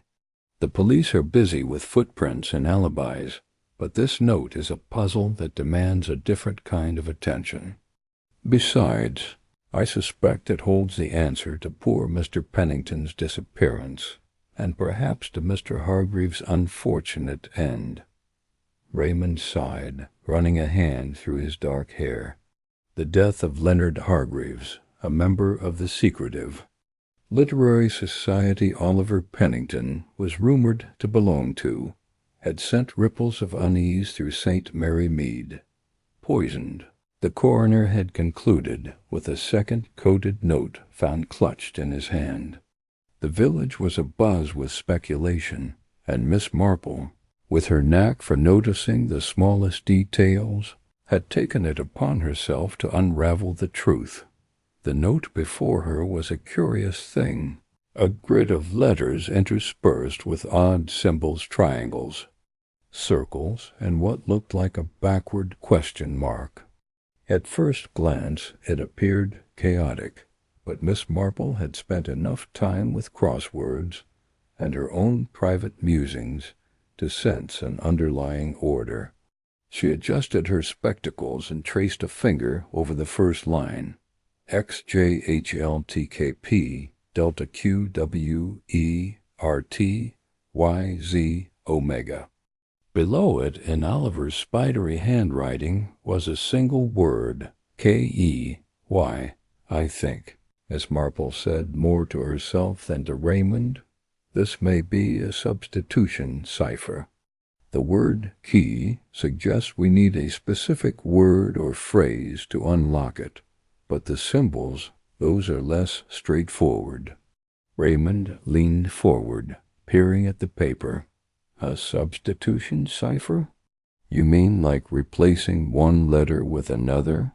Sounds simple enough." "Simple in theory," Miss Marple replied, her lips twitching into a faint smile. "But the devil is in the details, my dear. The symbols complicate things. They might represent letters, numbers, or even entire words. And Oliver Pennington was no ordinary scribe. He was known for his cleverness with manuscripts. I suspect this is no ordinary code." She paused, her mind drifting to the village gossip she'd overheard at the post office.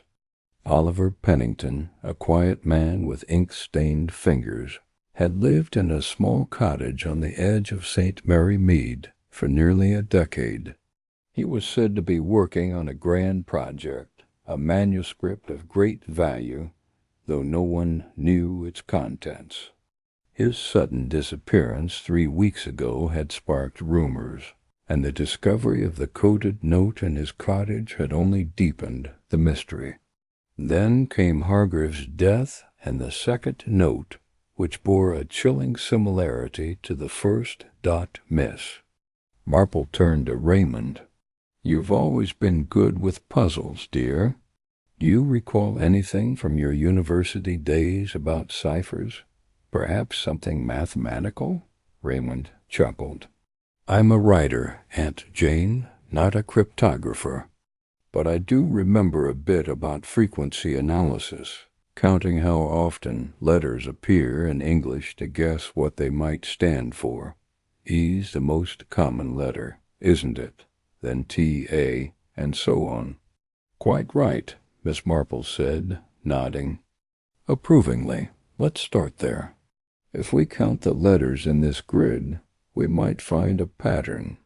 But first, I think we should consider the context.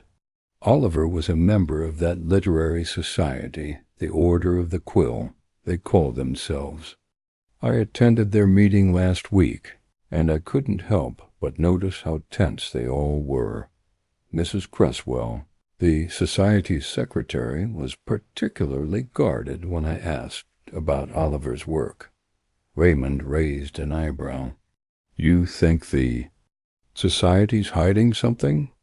I think, Miss Marple said, her voice soft but deliberate, that people hide things when they're afraid or guilty. Now let's focus on this note. Will you fetch me some paper and a pencil, dear? I'd like to make a copy of the grid. Raymond obliged, and soon they were both hunched over the table, transcribing the cryptic message. The grid was 5 rows by 10 columns, with a mix of letters and symbols in what appeared to be a random arrangement.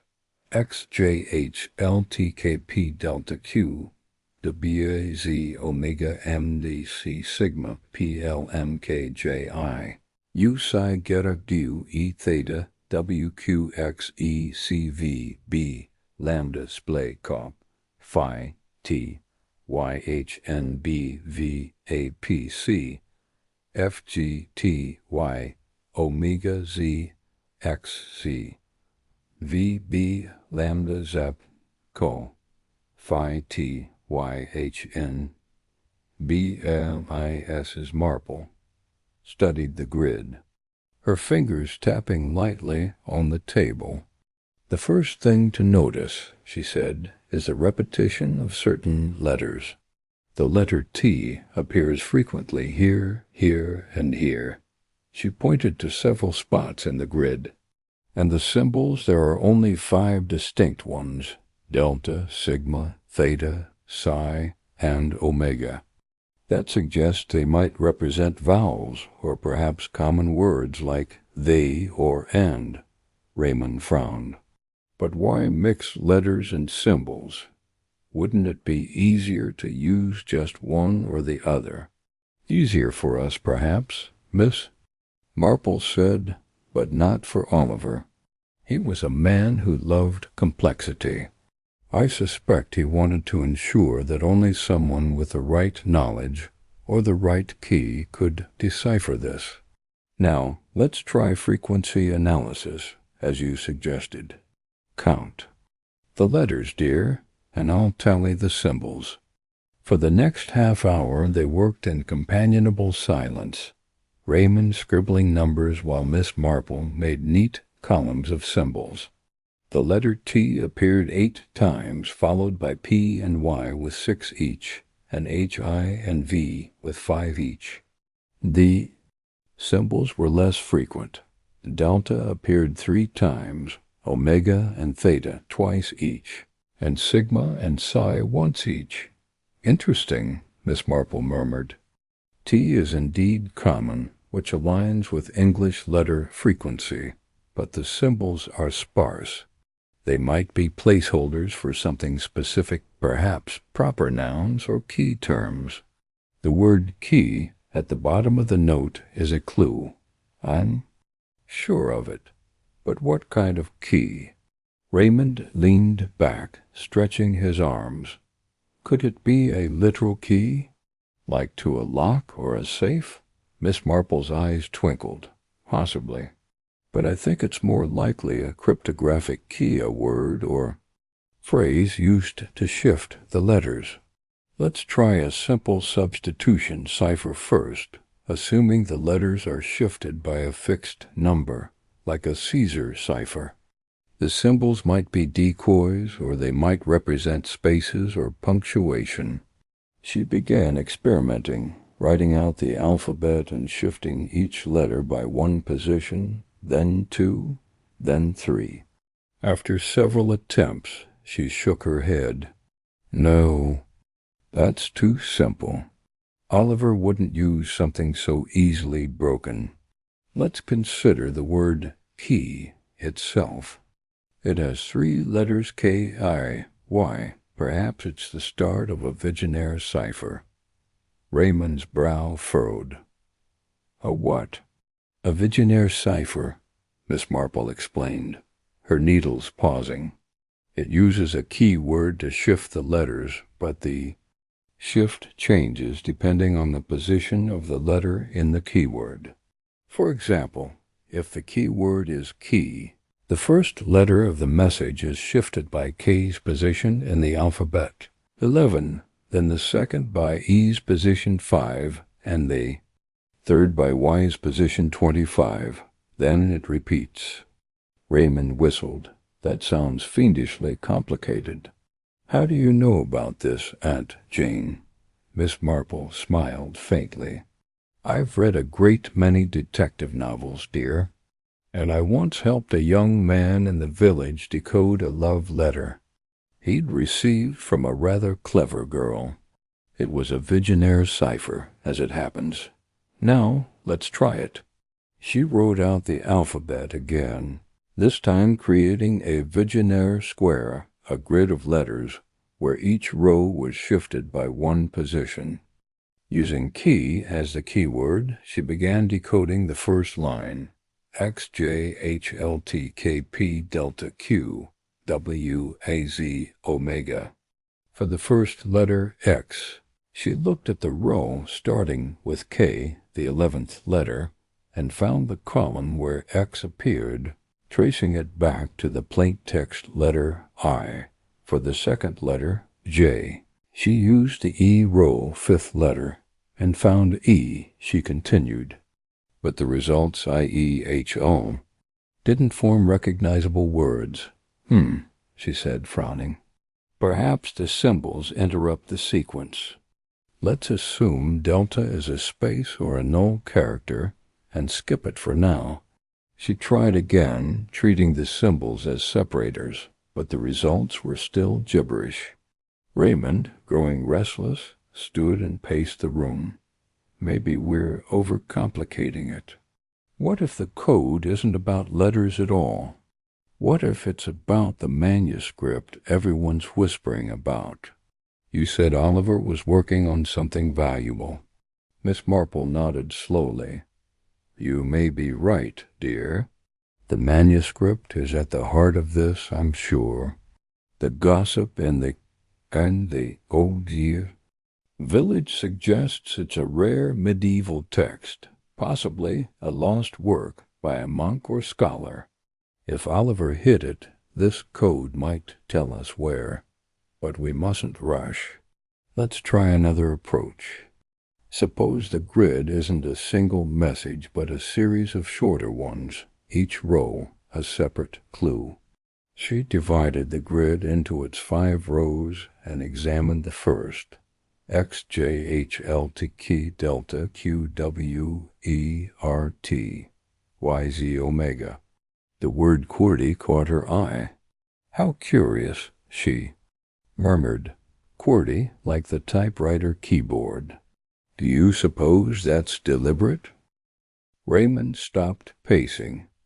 A typewriter? Oliver was old-fashioned, always writing by hand, but maybe it's a clue about his tools. Or, wait, what if QWERTY is the key, not key? Miss Marple's eyes brightened. An excellent thought. Raymond, QWERTY is 6 letters Q, WERT. Why, let's try it as the keyword for the Vigenère cipher. She began again, using QWERTY as the keyword. For the first letter X, she used the Q row 17th letter, and found E for J she used the W row 23rd letter, and found I slowly, a pattern emerged. The first row minus the symbols began to spell 18. Miss Marple paused, her heart quickening. 18, she said softly. That could be a number, a page, or even a year. Let's continue. They worked through the night, the vicarage, growing quiet as the village slept. Row by row, they decoded the grid, using QWERTY as the key and treating the symbols as separators. The second row yielded hidden, the third church, the fourth below, and the fifth altar. When they finished, Miss Marple sat back, her knitting forgotten. 18 hidden church below altar, she said, piecing the words together. It's not a complete sentence, but it's clear enough. I believe this points to the village church St. Mary's. Something is hidden there, below the altar, perhaps related to the number 18. Raymond stared at her, incredulous. You've cracked it? Just like that? Not entirely, Miss Marple said, her tone cautious. We've deciphered the words, but not their full meaning. And we mustn't forget the symbols. They may hold another layer of the code, perhaps a warning or a signature. But this is a start. Tomorrow we'll visit the church and see what we can find. The next morning Miss Marple and Raymond walked to St. Mary's, a stone's throw from the vicarage. The church was ancient, its walls weathered by centuries of rain and wind, its interior cool and dim. The vicar, Mr. Clement, greeted them with a puzzled smile. Miss Marple, Raymond, to what do I owe the pleasure? Miss Marple's eyes twinkled. Just a bit of historical curiosity, Mr. Clement. I've been reading about the church's history, and I wondered if there's anything unusual beneath the altar. Perhaps an old crypt or storage space? Mr. Clement frowned. Beneath the altar? Not that I know of. There's a small chamber below the chancel, used for storing old records. But it's hardly a secret. Would you like to see it? They followed him to the altar, a heavy stone slab adorned with a simple cross. Mr. Clement lifted a trapdoor in the floor, revealing a narrow staircase. Mind your step, he said, leading them down into a damp, musty chamber. The walls were lined with dusty ledgers and crates, but Miss Marple's attention was drawn to a small iron box tucked in a corner, its surface etched with the number 18. 18, she murmured, kneeling beside it. The box was locked, but the keyhole was small, suggesting a delicate key. Raymond, do you have that penknife of yours? Raymond handed it over, and Miss Marple carefully probed the lock. To her surprise, it clicked open, revealing a leather-bound manuscript inside. Its pages were brittle, the ink faded but legible, with ornate initials and Latin text. At the top of the first page was a single word, veritas, truth, Miss Marple translated softly. This must be the manuscript Oliver was hiding. But why go to such lengths? Raymond peered over her shoulder. Is it valuable? It looks old enough to be worth a fortune. Perhaps, Miss Marple said, but I suspect its value lies in what it reveals. Oliver was accused of forging manuscripts years ago. If this is genuine, it could be a lost work something scholars would kill for. Or it could be a forgery, so clever it fooled the literary society. Either way, it's connected to Mr. Hargreaves' death. They took the manuscript to the vicarage, where Miss Marple examined it under a magnifying glass. The text appeared to be a medieval treatise on alchemy, but certain phrases caught her eye, references to a hidden truth and a guardian of secrets. She began to suspect the manuscript was more than it seemed, perhaps a coded document. Itself. Over the next few days, Miss Marple and Raymond pored over the manuscript, cross-referencing it with the coded note. The symbols they discovered corresponded to specific words in the manuscript, marked with tiny annotations in Oliver's handwriting. Delta stood for truth, Sigma for guardian, Theta for secret, Psi for death, and Omega for end. Using these, they decoded the remaining parts of the note, which read, Truth Guardian, Secret Death End. It's a warning, Miss Marple said, her voice grave. Oliver knew someone in the literary society was dangerous a guardian of the manuscript who would kill to keep its secrets. That's why he hid it and left the code. He was trying to protect it and himself. Raymond's eyes widened. But who? Mrs. Cresswell? She seemed nervous when you mentioned Oliver. Possibly, Miss Marple said. Or it could be Mr. Langley, the society's treasurer, who was so quick to dismiss Oliver's disappearance as a prank. Or even Miss Harrow, who collects rare books and was oddly silent at the meeting. We need more evidence. They returned to the coded note, focusing on the number 18. Miss Marple recalled a conversation with the vicar about the church's history. In 1818, she said, St. Mary's underwent a major renovation. A local nobleman, Lord Ashford, donated funds to restore the altar. What if the manuscript was hidden then, and Oliver discovered it? She sent Raymond to the village archives, where he found records of Lord Ashford's donation.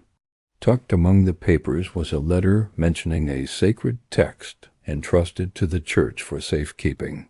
That's it, Raymond exclaimed when he returned. The manuscript was hidden in 1818, and Oliver must have found it while researching his project. Miss Marple nodded. And someone else in the society knew its value. That's why Oliver disappeared. He was protecting it from the killer. But we're still missing the final piece. Who is the guardian? She decided to test her theory by inviting the literary society to the vicarage for tea. Mrs. Cresswell, Mr. Langley, Miss Harrow, and the remaining members arrived, their faces a mix of curiosity and unease. Miss Marple served tea with her usual charm, but her questions were sharp and pointed. She mentioned the manuscript, watching their reactions.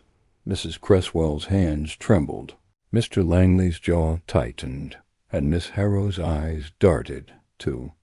The door dot as the conversation turned to Oliver's disappearance. Miss Marple casually mentioned the coded note. It's quite clever, she said, how it points to the church. And the number 18 such an intriguing clue.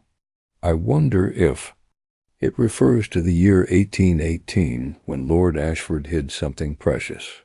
Miss Harrow's cup clattered against her saucer. How did you, she began, then stopped, her face pale. Miss Marple's eyes softened, but her voice was firm. Miss Harrow, you knew about the manuscript, didn't you? You collect rare books, and you recognized its value. Did you kill Mr. Hargreaves to keep it secret? The room fell silent. Miss Harrow's lips quivered, but she shook her head. No, I didn't kill him. I wanted the manuscript, yes, but I didn't harm anyone. Then who did? Miss Marple pressed, her gaze sweeping the room. Mr. Langley stood abruptly. This is nonsense. You're accusing us all based on a scrap of paper and some old book. I won't stand for it. Before he could leave, Raymond stepped forward, holding the manuscript. This book, he said, mentions a guardian who kills to protect its secrets. And the code points to you, Mr. Langley. You were the treasurer, with access to the society's funds and Oliver's research. You knew he'd found something valuable. Langley's face reddened. Preposterous. Miss Marple interrupted, her voice calm but unyielding. The symbols in the code, Mr. Langley, spell out a warning. Truth Guardian, Secret Death End. You were the guardian, weren't you? You poisoned Mr. Hargreaves because he suspected you, and you tried to silence Oliver, but he outwitted you by hiding the manuscript. Langley's shoulders slumped, and he sank back into his chair. "I didn't mean for it to go this far," he muttered. "Hargreaves was going to expose me. He found out I'd been selling society artifacts on the black market. The manuscript, it was worth a fortune. I couldn't let it slip away." Miss Marple nodded, her expression one of quiet sorrow. "And so you killed him. And you would have killed Oliver, too, if he hadn't vanished." The police were called, and Langley was taken away, his confession unraveling the final threads of the mystery. Oliver Pennington returned to St. Mary Mead the next day, explaining that he'd faked his disappearance to protect the manuscript from Langley. Miss Marple, however, sensed he was holding something back, perhaps another secret hidden in the manuscript's pages. For now, though, the village was safe, and the manuscript was donated to a museum, its secrets preserved for scholars to study. As Miss Marple sat by her fire that evening, knitting once more, she reflected on the case. "People are so predictable," she said to herself, "but codes are always a challenge." And with a small smile, she picked up her needles and began a new row. Chapter 7. The hidden past. Miss Jane Marple sat in her cozy sitting room in St. Mary Mead, her knitting needles clicking softly as her mind worked far more briskly than her hands. The fire crackled in the hearth, casting a warm glow over the familiar furnishings, the chintz-covered armchairs, the small mahogany table with its neatly arranged tea-tray, and the bookshelf filled with well-worn novels and her late uncle's theological tomes. But her thoughts were not on the comforts of home. They were fixed on Oliver Pennington, the reclusive scribe whose sudden disappearance had stirred the village into a quiet frenzy of speculation. The coded notes, the secretive literary society, and the death of one of its members had already painted a troubling picture. Now, as she pieced together the fragments of Oliver's past, Miss Marple felt certain that the key to the mystery lay not in the present, but in events long buried. The morning had dawned crisp and clear, with a hint of autumn in the air. Miss Marple had risen early, her habit of many years, and taken her usual stroll through the village to clear her mind. The high street was bustling in its understated way. Mrs. Price, at the grocer's, was sweeping the step, and young Tommy Pierce was delivering newspapers with his usual careless toss. But beneath the ordinary rhythm of St. Mary Mead, Miss Marple sensed an undercurrent of unease. The villagers were whispering about Oliver Pennington, and the more she listened, the more she realized that his disappearance was not as sudden as it seemed. There were threads of his past, tangled and obscure, that needed unraveling. She had begun her inquiries discreetly, as was her way. Over a cup of tea at the vicarage, she had gently probed the vicar's wife, Mrs. Clement, who was a font of local knowledge, if somewhat prone to exaggeration. "Oh, Miss Marple," Mrs. Clement had said, her eyes wide, "nobody really knew Oliver, you know. He kept to himself, always scribbling away in that cottage of his. But I did hear now, mind you, it's only gossip, that he wasn't always a scribe. There was talk years ago, before he came here, that he was mixed up in some scandal. Something to do with books, or papers, or— oh, I can't quite recall." Miss Marple had nodded, her expression mild, but her mind had seized on the word scandal. It was vague, as village gossip often was, but it was a starting point. She had then visited old Mrs. Bantry, whose memory stretched back further than most, and whose sharp tongue often cut through the haze of rumor. Mrs. Bantry, ensconced in her drawing-room at Gossington Hall, had been more forthcoming. Oliver Pennington? She'd said, her eyebrows arching. I remember something about him from years ago when Arthur and I were in London. There was a fuss about forged manuscripts, some dreadful business involving rare books. They said a young man, a scholar of sorts, was passing off fakes as genuine. Medieval texts. Ruined a few reputations, I believe.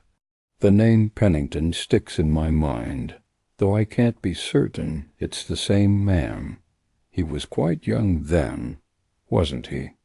Miss Marple had thanked Mrs. Bantry and left Gossington Hall with a growing certainty that Oliver's past held the key to his disappearance. Forgery, she thought, was a crime of patience and precision, much like the coded notes he had left behind. It suggested a mind that was both meticulous and deceptive, qualities that might explain why he had vanished, and why someone in the literary society might wish him harm. Back in her sitting room, Miss Marple set her knitting aside and reached for the small notebook where she had jotted down her thoughts. She had already deciphered part of the coded note found in Oliver's cottage, with help from her nephew Raymond, who had a knack for puzzles. The note had hinted at a valuable artifact, a manuscript, perhaps, hidden somewhere in St. Mary, Mead. But it was the second note, found beside the body of poor Mr. Hargreaves, the poisoned society member, that had deepened the mystery. That note, too, was in code, and though Miss Marple had not yet fully cracked it, she suspected it pointed to the same artifact.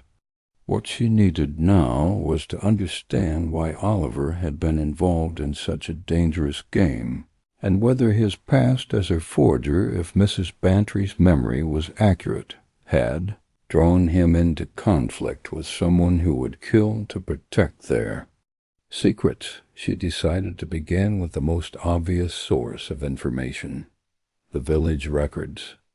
St. Mary Mead, for all its sleepy charm, had a surprisingly thorough archive, kept in the dusty back room of the village hall. Miss Marple donned her coat and hat and made her way there, nodding politely to passers-by as she went.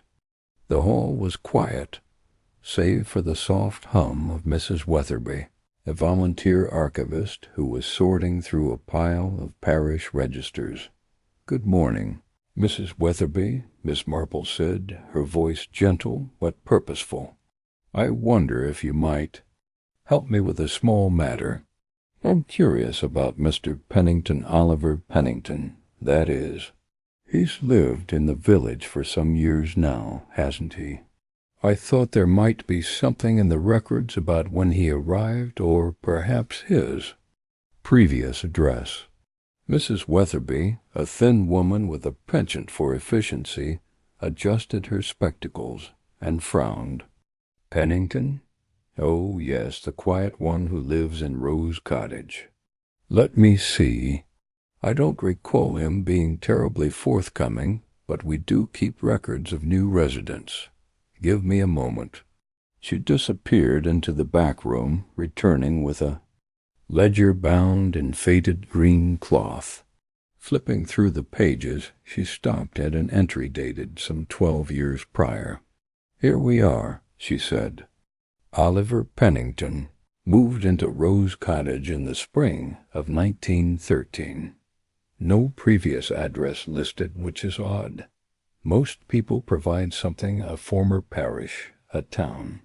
He simply wrote London, and nothing more. I remember thinking it peculiar. At the time, Miss Marple's eyes gleamed. "Peculiar indeed," she murmured. "And nothing else? No mention of his occupation or family?" Mrs. Weatherby shook her head. "Just that he was a scribe specializing in manuscripts. There's a note here that he applied for a library card shortly after, arriving quite an avid reader, it seems. That's all we have." Miss Marple thanked her and left the village hall, her mind turning over the sparse details. London, she thought. It was a broad clue, but it aligned with Mrs. Bantry's recollection of a scandal involving manuscripts. If Oliver had been a forger, London would have been the perfect place to ply his trade home to antiquarian bookshops, auction houses, and collectors eager for rare texts. But why had he come to St. Mary Mead? To escape his past, perhaps, or to hide something valuable? Her next stop was the post office, where Miss Hartnell, the postmistress, was known for her keen observation of the village's comings and goings. Miss Marple approached the counter with her usual air of mild curiosity. "Good afternoon, Miss Hartnell," she said. "I was wondering if you might recall anything about Mr. Pennington's correspondence. He's such a private man, but I imagine he must receive letters now and then." Miss Hartnell, who prided herself on knowing everyone's business, leaned forward eagerly. "Oh, Mr. Pennington, he does get letters, though not many. Mostly from London, I'd say booksellers, that sort of thing. There was one regular correspondent, though, Mr. Grayson, from a bookshop in Charing Cross Road. Thick envelopes they were, sometimes with wax seals. Very old-fashioned. I always thought it odd, but then he's an odd sort, isn't he?" Miss Marple's heart quickened, though her face betrayed nothing. "Mr. Grayson, you say? And how long has he been writing to Mr. Pennington?" "Oh, years," Miss Hartnell replied. "Ever since he moved here, I'd wager, though the letters stopped a few months ago. I noticed because Mr. Pennington seemed out of sorts after that. Kept to himself even more than usual. This was a lead worth pursuing." Miss Marple thanked Miss Hartnell and made a mental note to follow up on Mr. Grayson and his bookshop. Charing Cross Road was a haven for antiquarian booksellers, and if Oliver had been involved in forgery, he might well have had dealings with someone there. But she needed more than village gossip and vague records. She needed facts, and for that she would have to rely on her nephew Raymond, who was in London and could make inquiries on her behalf. That evening she wrote a letter to Raymond, her handwriting neat and precise. "Dear Raymond, I hope you and Joan are well. I find myself in need of your assistance with a small matter here in St. Mary Mead. There is a gentleman named Oliver Pennington, a scribe, who has recently disappeared under curious circumstances. I have reason to believe he may have been involved in a scandal some years ago, possibly involving forged manuscripts, and that he had connections in London, particularly with a Mr. Grayson of a bookshop in Charing Cross Road. Could you, in your inimitable way, make discreet inquiries about this Mr. Grayson and any dealings he may have had with Mr. Pennington? I am particularly interested in anything related to rare manuscripts or literary societies. Do take care, and give my love to Joan.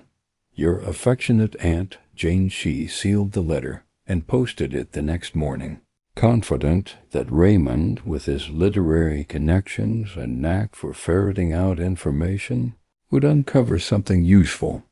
In the meantime, she turned her attention to the literary society, whose members had become increasingly central to the mystery. The death of Mr. Hargreaves had sent shockwaves through the group, and Miss Marple suspected that the killer was among them, but who and why? The society met weekly at the village hall, and Miss Marple had already attended one meeting where she had observed the members closely.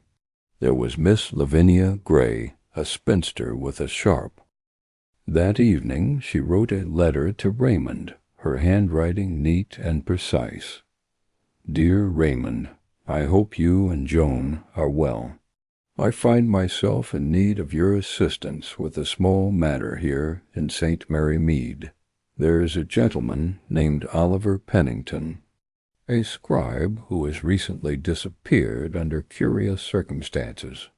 I have reason to believe he may have been involved in a scandal some years ago, possibly involving forged manuscripts, and that he had connections in London, particularly with a Mr. Grayson of a bookshop in Charing Cross Road. Could you, in your inimitable way, make discreet inquiries about this Mr. Grayson and any dealings he may have had with Mr. Pennington?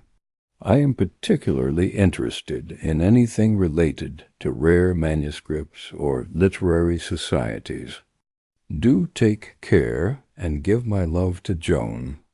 Your affectionate aunt, Jane. She sealed the letter and posted it the next morning, confident that Raymond, with his literary connections and knack for ferreting out information, would uncover something useful. In the meantime, she turned her attention to the literary society, whose members had become increasingly central to the mystery. The death of Mr. Hargreaves had sent shockwaves through the group, and Miss Marple suspected that the killer was among them. But who, and why? The society met weekly at the village hall, and Miss Marple had already attended one meeting, where she had observed the members closely. There was Miss Lavinia Gray, a spinster with a sharp tongue and a passion for medieval poetry. Mr. Theodore Blackwood, a retired professor who seemed overly fond of his own opinions. Mrs. Clara Wentworth, a wealthy widow who collected rare books.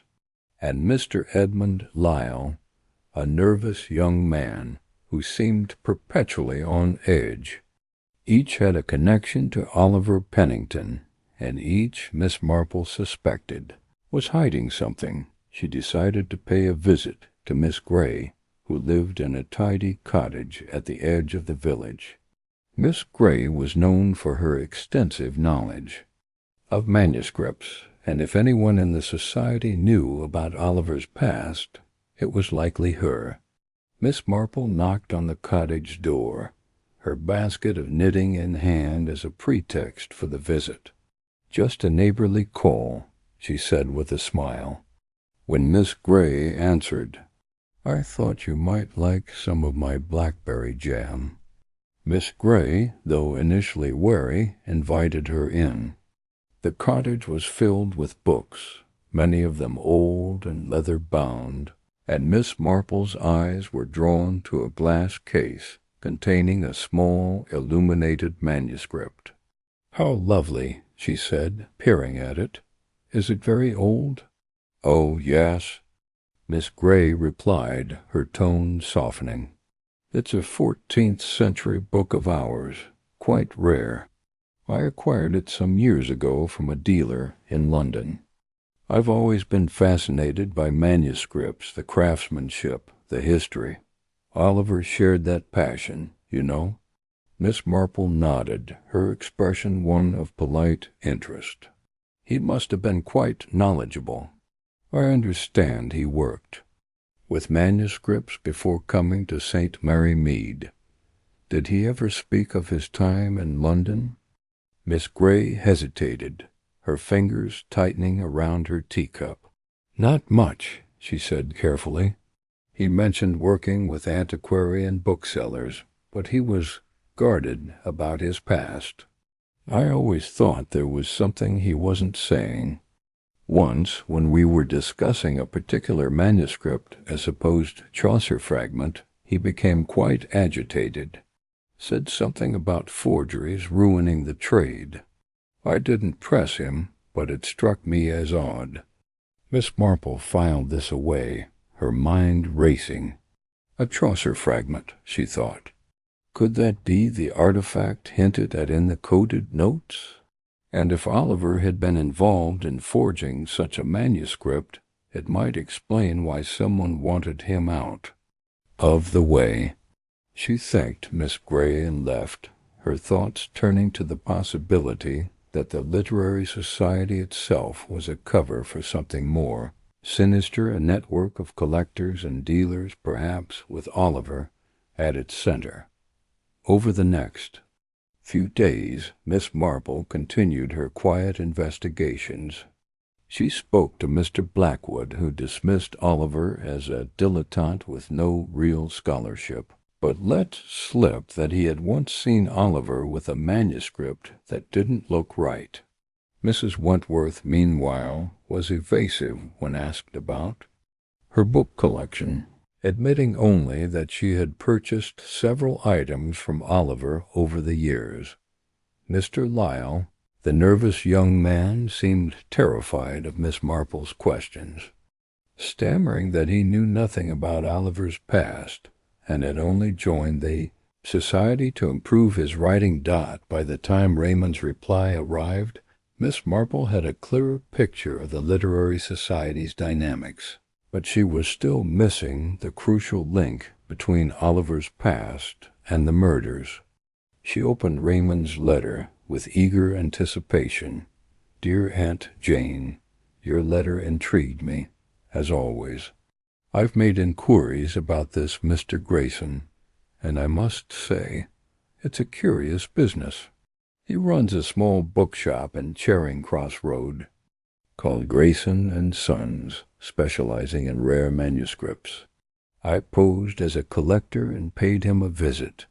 He's a cagey sort, not given to chit-chat, but I managed to steer the conversation to Oliver Pennington. His reaction was telling. He went quite pale and said he hadn't heard from Oliver in months. When I pressed him, he admitted that Oliver had supplied him with manuscripts in the past, some of which were, shall we say, of questionable authenticity. There was a scandal about 10 years ago, when a supposed 15th century manuscript sold by Grayson was exposed as a fake. Oliver's name was linked to it, though nothing was proven. Grayson clammed up after that, but I got the impression he's hiding something.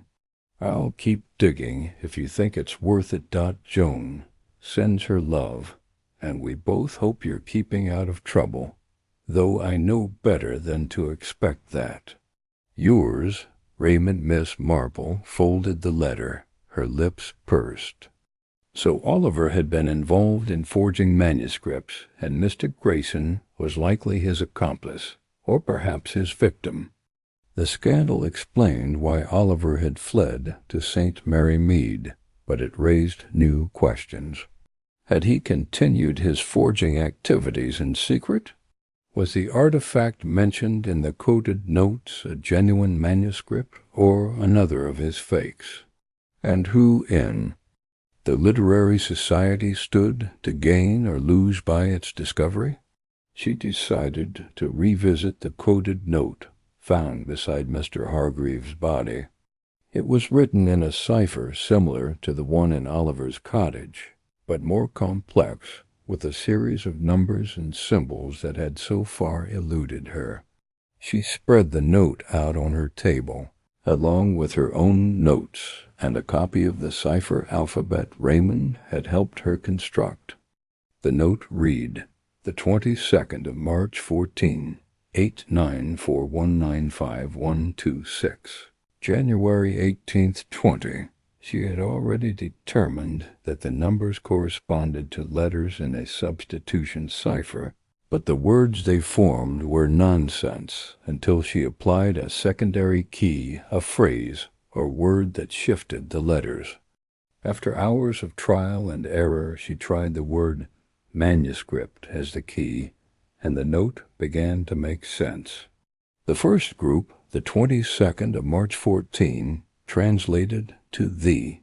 The second, 894, to art. The third, 195126, to SELF. And the last, January 18th, 20, to heed. The message was clear. The art self hid. Miss Marple leaned back, her eyes narrowing. "The art self-hid," she murmured. It was a cryptic phrase, but it suggested that the artifact, likely a manuscript, was hidden by someone who considered it their own work. Oliver, perhaps, or someone else in the society who had collaborated with him. The word art was particularly intriguing, as it could refer to the manuscript itself or to the act of creation or deception. Her thoughts were interrupted by a knock at the door. It was young Tommy Pierce, breathless from running. "Miss Marple," he gasped, "there's been another death. Mr. Lyle from the Literary Society, he's been found in his garden, stabbed. The police are there now." Miss Marple's heart sank, though her face remained calm. "Thank you, Tommy," she said, reaching for her coat. "I'll go at once." As she hurried to Mr. Lyle's cottage, her mind raced. 2 deaths, both members of the Literary Society, and both linked to Oliver Pennington's disappearance. The artifact, whatever it was worth killing for, and Miss Marple was determined to uncover it before the killer struck again. Oliver's past as a forger, his ties to Mr. Grayson, and the coded notes all pointed to a secret that had simmered for years, now boiling over into violence.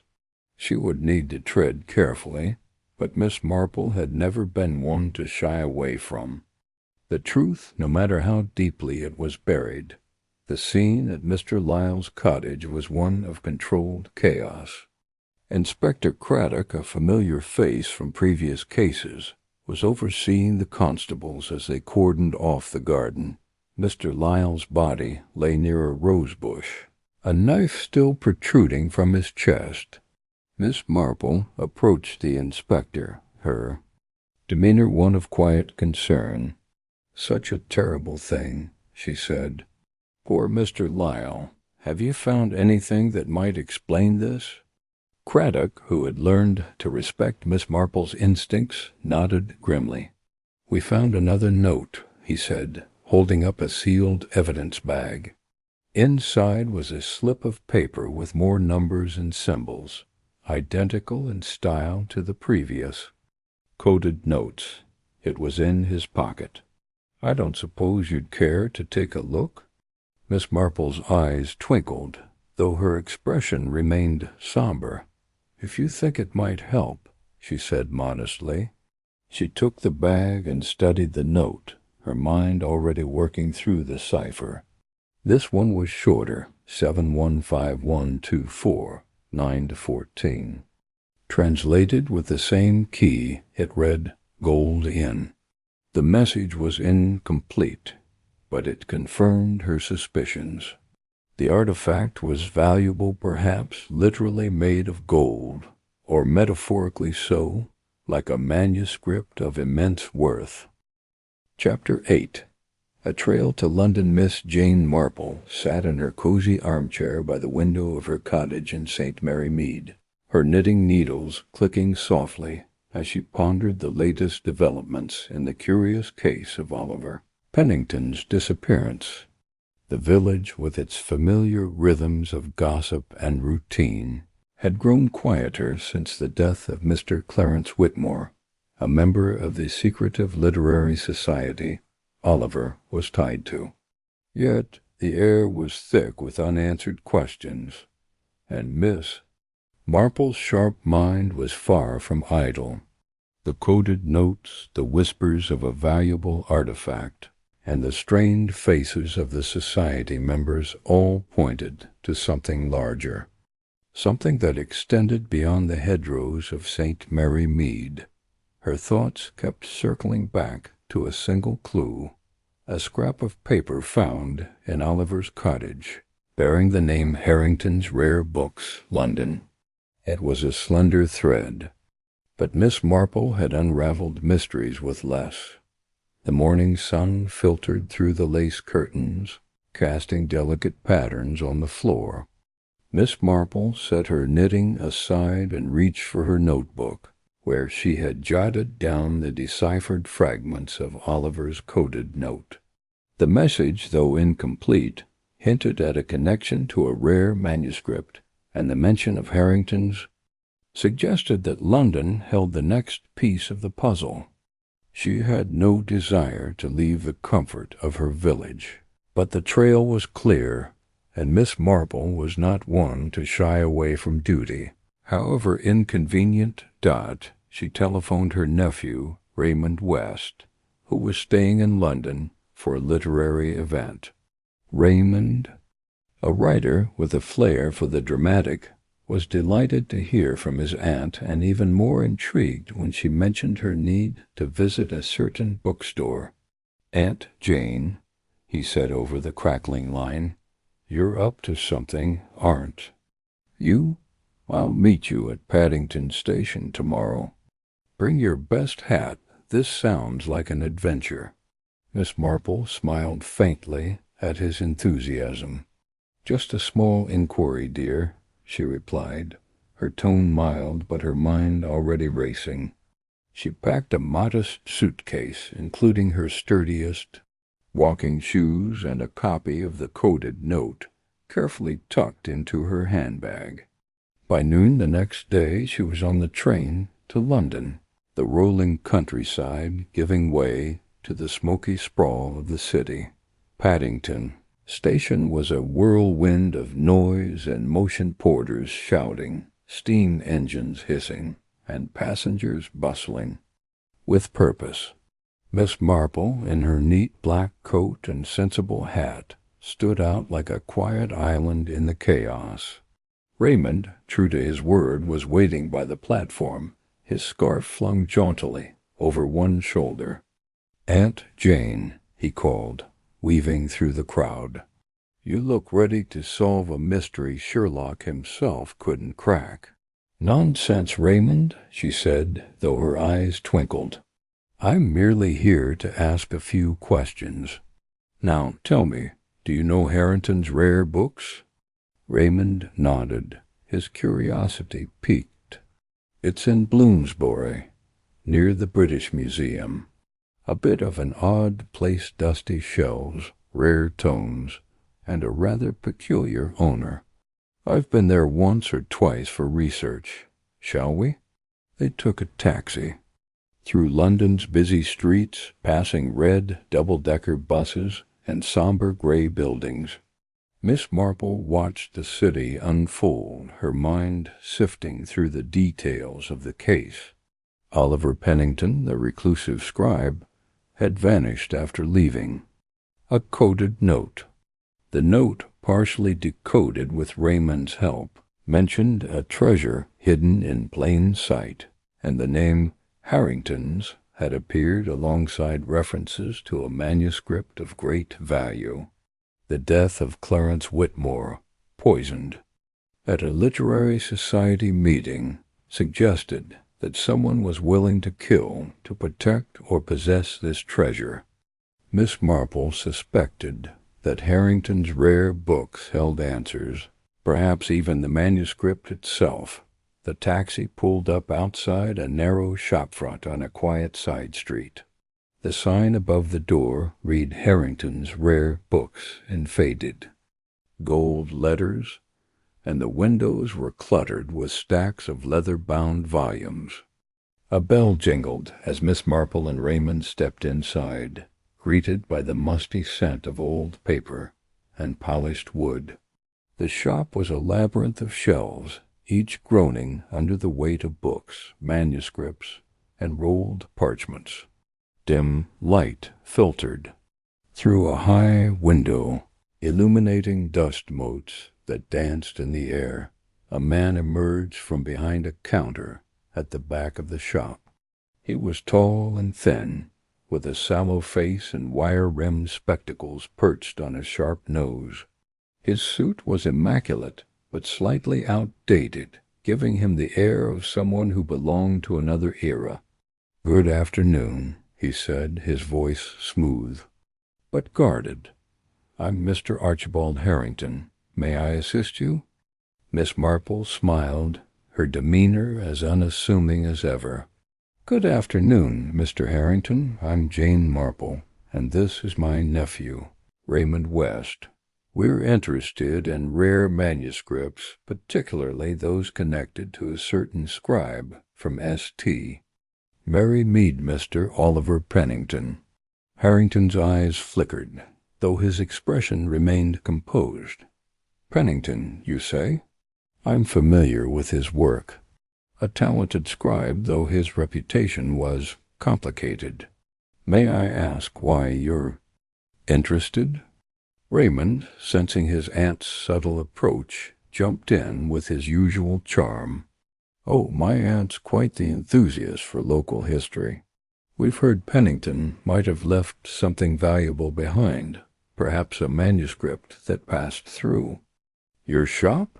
Harrington adjusted his spectacles, his fingers lingering on the frames. I deal in many manuscripts, Mr. West. Pennington's work occasionally came my way, but nothing extraordinary. If you'll excuse me, I have some cataloging to attend to. Feel free to browse. Miss Marple's eyes followed him as he retreated to a back room, her mind noting the slight tremor in his hand. He knows more than he's saying, she murmured. To Raymond, let's have a look around, shall we? They moved through the shop, Miss Marple's keen gaze scanning the shelves. She paused at a display case containing a collection of medieval manuscripts, their pages adorned with intricate illuminations. One caught her eye, a small leather-bound volume with a faded title in Latin. Liber Veritatis. The name resonated with a phrase from Oliver's coded note, which she had scribbled in her notebook. The book of truth lies where shadows meet light. She leaned closer, noting a faint mark on the binding, a symbol resembling a quill crossed with a dagger, identical to one sketched in Oliver's papers. Raymond, she said softly, I think we found something. This book. It's connected to Oliver. I'm sure of it. Raymond peered over her shoulder. It's beautiful, but it looks ordinary enough. Why would it be worth killing for? Sometimes, Miss Marple replied, the most valuable things are hidden in plain sight. Like Mrs. Eldridge's silver teapot, which she thought was pewter until it was polished. Let's ask Mr. Harrington about this one. They approached the counter, where Harrington had reappeared, his demeanor now slightly more guarded. That volume? He said when Miss Marple pointed to the Liber Veritatis. A minor work, I'm afraid. 15th century, likely a monk's. Copy of a theological text. Hardly unique. May I see it? Miss Marple asked, her tone polite but firm. Harrington hesitated, then unlocked the case and placed the book on the counter. Miss Marple opened it carefully, her fingers tracing the vellum pages. The text was in Latin, dense and scholarly, but tucked between two pages was a slip of paper with a familiar cipher, a string of numbers and letters matching Oliver's code. She slipped the paper into her sleeve with a deft movement, unnoticed. By Harrington. It's charming, she said, closing the book, but perhaps not what we're looking for. Thank you, Mr. Harrington. As they left the shop, Raymond glanced at his aunt. You found something, didn't you? A small clue, she admitted, patting her sleeve. But it confirms that Harrington's is more than a bookstore. We need to know more about Mr. Harrington and his dealings with Oliver. That evening they dined at Raymond's flat in Chelsea, where Miss Marple examined the slip of paper. The cipher was complex, but with Raymond's help they began to unravel it. The message referenced a guardian of the Liber Veritatis, someone tasked with protecting it at all costs. Miss Marple suspected that guardian was Oliver, or perhaps someone in the literary society. The mention of a shadowed deal pointed to Harrington himself, who might be brokering the manuscript for a less than honest buyer. The next day, Miss Marple insisted on returning to Harrington's alone, claiming she wanted to browse further. Raymond, though reluctant, agreed to wait at a nearby cafe. Inside the shop, Miss Marple moved quietly, her eyes sharp for any sign of irregularity.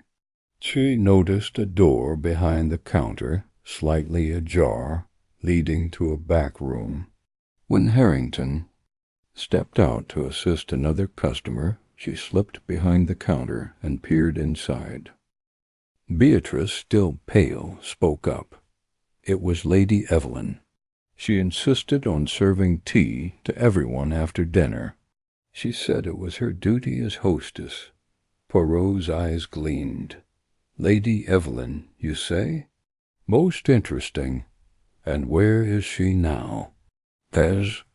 If on cue, Lady Evelyn appeared in the doorway, her face a mask of shock.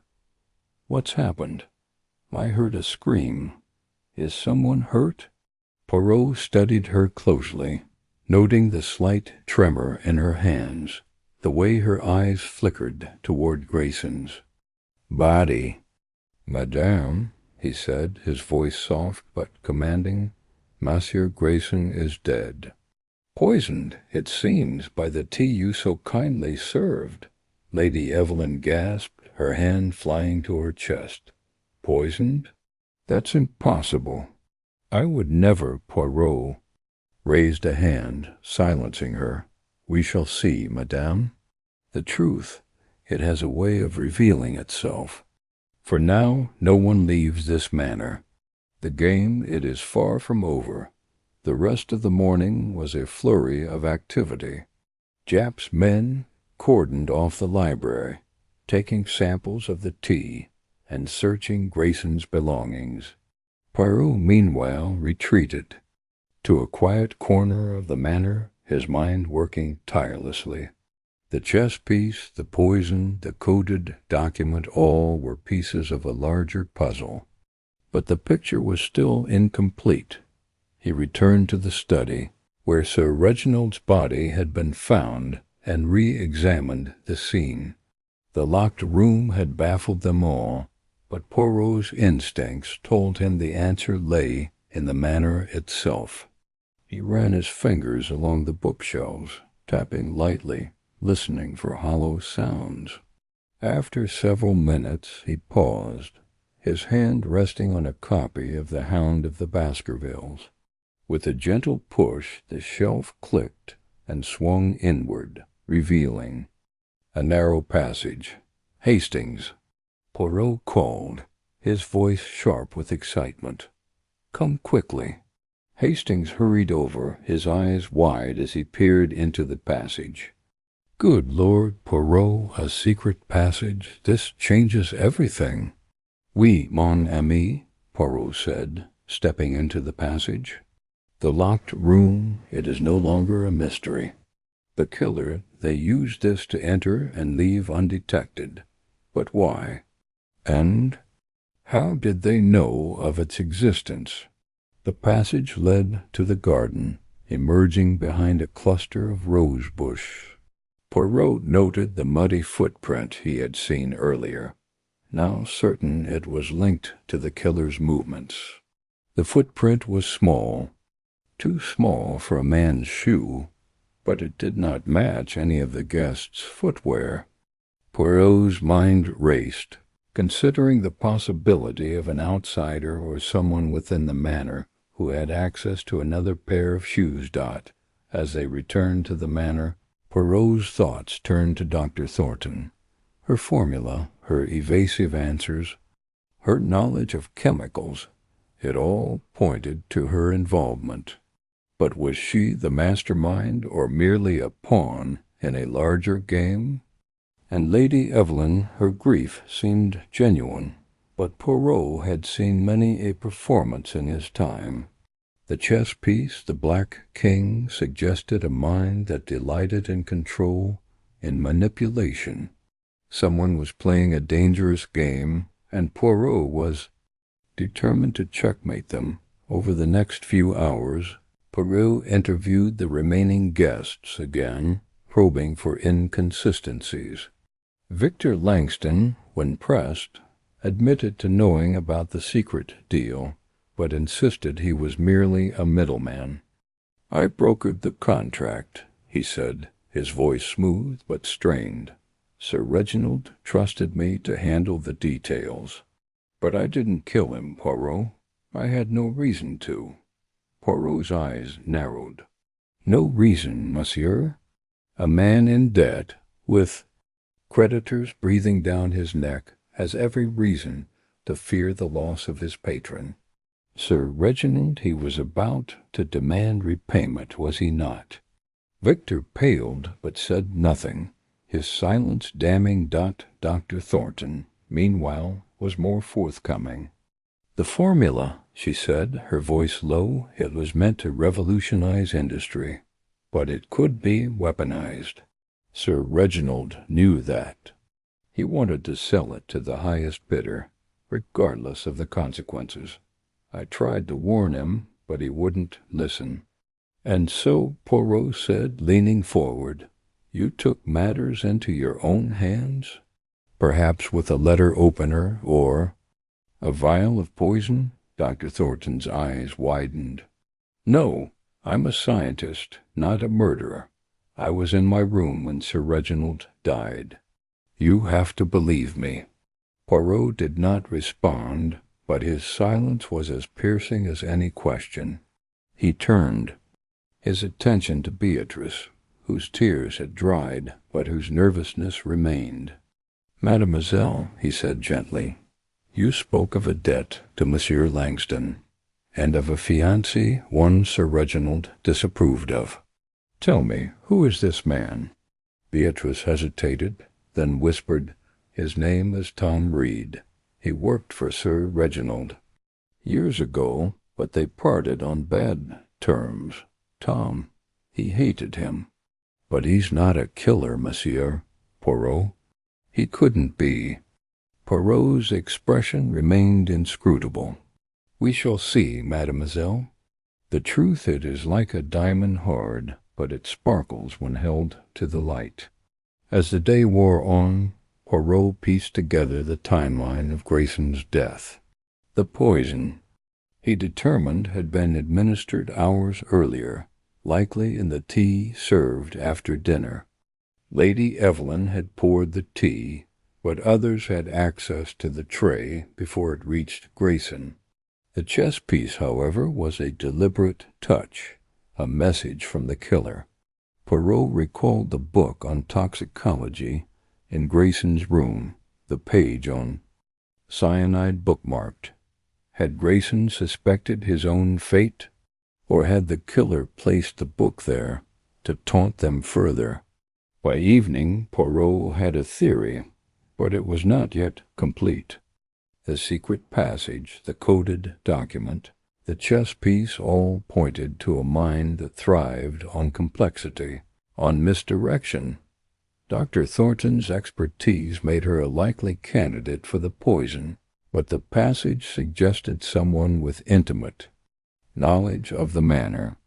Lady Evelyn, as the lady of the house, would know its secrets, but her grief seemed too raw, too real. And then there was Tom Reed, the mysterious fiancé whose grudge against Sir Reginald could not be ignored. Poirot sat alone in the drawing-room, the manor quiet save for the distant rumble of thunder. He closed his eyes, letting his mind wander through the maze of clues. The killer, he realized, was not just clever, they were arrogant. The note, the chess piece, the locked room, all were designed to outwit him, to prove the killer's superiority. But Hercule Poirot was not so easily outfoxed. He opened his eyes, a spark of determination in them. "The game," he said to himself, "it is not over. but the next move it belongs to Poirot." The chapter closed with the detective rising from his chair, his cane tapping lightly on the floor as he prepared to set his trap. The killer had made their move, but Poirot was ready to counter. The truth, he knew, was close, so close he could almost touch it. Chapter 9. The Chessboard of Motives. The storm that had battered Ravenwood. Manor through the night had subsided into a restless drizzle, leaving the air heavy with the scent of wet earth and the faint tang of ozone. The grand old house, with its creaking timbers and shadowed corridors, seemed to hold its breath as the investigation into Sir Reginald Ashford's murder deepened. The discovery of Harold Grayson's lifeless body in the library, his fingers curled around a black king chess piece, had cast a new pall over the gathering. For Hercule Poirot, the addition of a second murder was not a complication, but a clarification, a piece of the puzzle that sharpened the edges of his suspicions. Poirot stood in the library, his small, precise figure framed by the towering bookshelves that lined the room. The fire in the hearth had long since died, leaving a chill that seemed to seep into the very bones of the manor. Inspector Japp, his face a mask of frustration, paced near the window, while Captain Hastings hovered near the door, his notebook clutched tightly as he scribbled observations. The local coroner, a doorman named Dr. Hargrove, knelt beside Grayson's body, his gloved hands probing with clinical detachment. "No external wounds," Dr. Hargrove muttered, his voice echoing slightly in the cavernous room. "The rigidity suggests death occurred several hours ago, likely late last evening. I'll need to run tests, but the froth at the mouth and the dilated pupils point to poison." "Poison, oui," Poirot said, his voice calm but laced with an undercurrent of intensity. He bent slightly, his eyes fixed on the black king in Grayson's hand. "And this chess piece, it is no accident, Inspector. It is a message, a taunt. The killer wishes to play a game with Hercule Poirot." Japp stopped pacing and turned, his brow furrowed. "A game? You think this is some kind of challenge, Poirot? First Sir Reginald, stabbed in a locked room, and now Grayson, poisoned with a chess piece in his hand. It's madness." "Not madness, mon ami," Poirot corrected, straightening and tapping his temple. "It is method. The killer is deliberate, precise. They wish us to believe the crimes are separate, but they are linked, two moves on the same chessboard. We must understand the board before we can name the player." Hastings cleared his throat, his voice tentative. "But Poirot, what does the chess piece mean? Is it a clue to the killer's identity, or just a way to throw us off?" Poirot's mustache twitched slightly, a sign of amusement or perhaps exasperation. "Hastings, you see the piece but not the pattern. The Black King is a symbol of power, of dominance. In chess, to capture the king is to end the game. But here the king has already fallen. Grayson, a quiet scholar, holds it in death. Why? Because the killer wishes to tell us they are in control, that they dictate the moves. Yet in doing so, they reveal their arrogance. And arrogance, my friend, is a flaw Poirot can exploit." Japp snorted, crossing his arms. "Fine words, Poirot, but we're no closer to catching this fiend. No fingerprints, no witnesses, and now two bodies. The guests are terrified, and I've got the press breathing down my neck. What's your next step?" Poirot's eyes gleamed with quiet determination. "The next step, Inspector, is to reconstruct the timeline of last evening. The poison, it was not instantaneous, it took time. To act, we must know who had access to Monsieur Grayson, what he consumed, and who might have placed the chess-piece in his hand. And we must consider the link to Sir Reginald. Both men were connected to this mysterious deal, the investments, the foreign company, the formula of Dr. Thornton. The chessboard is not only of motives, but of secrets.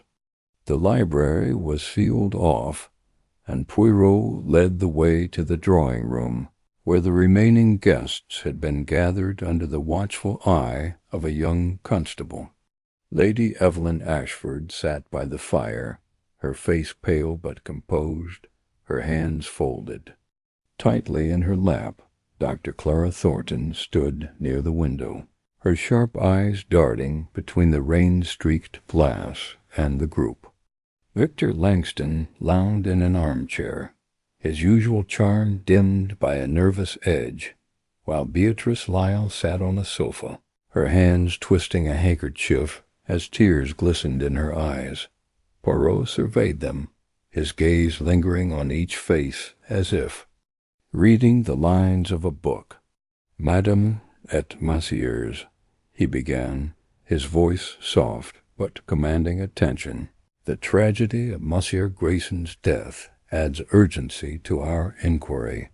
I must ask you to recount your movements last evening, particularly between the hours of 6 and midnight. Be precise, if you please." Lady Evelyn spoke first, her voice steady despite her pallor. "I was in the drawing-room after dinner, serving tea to the guests.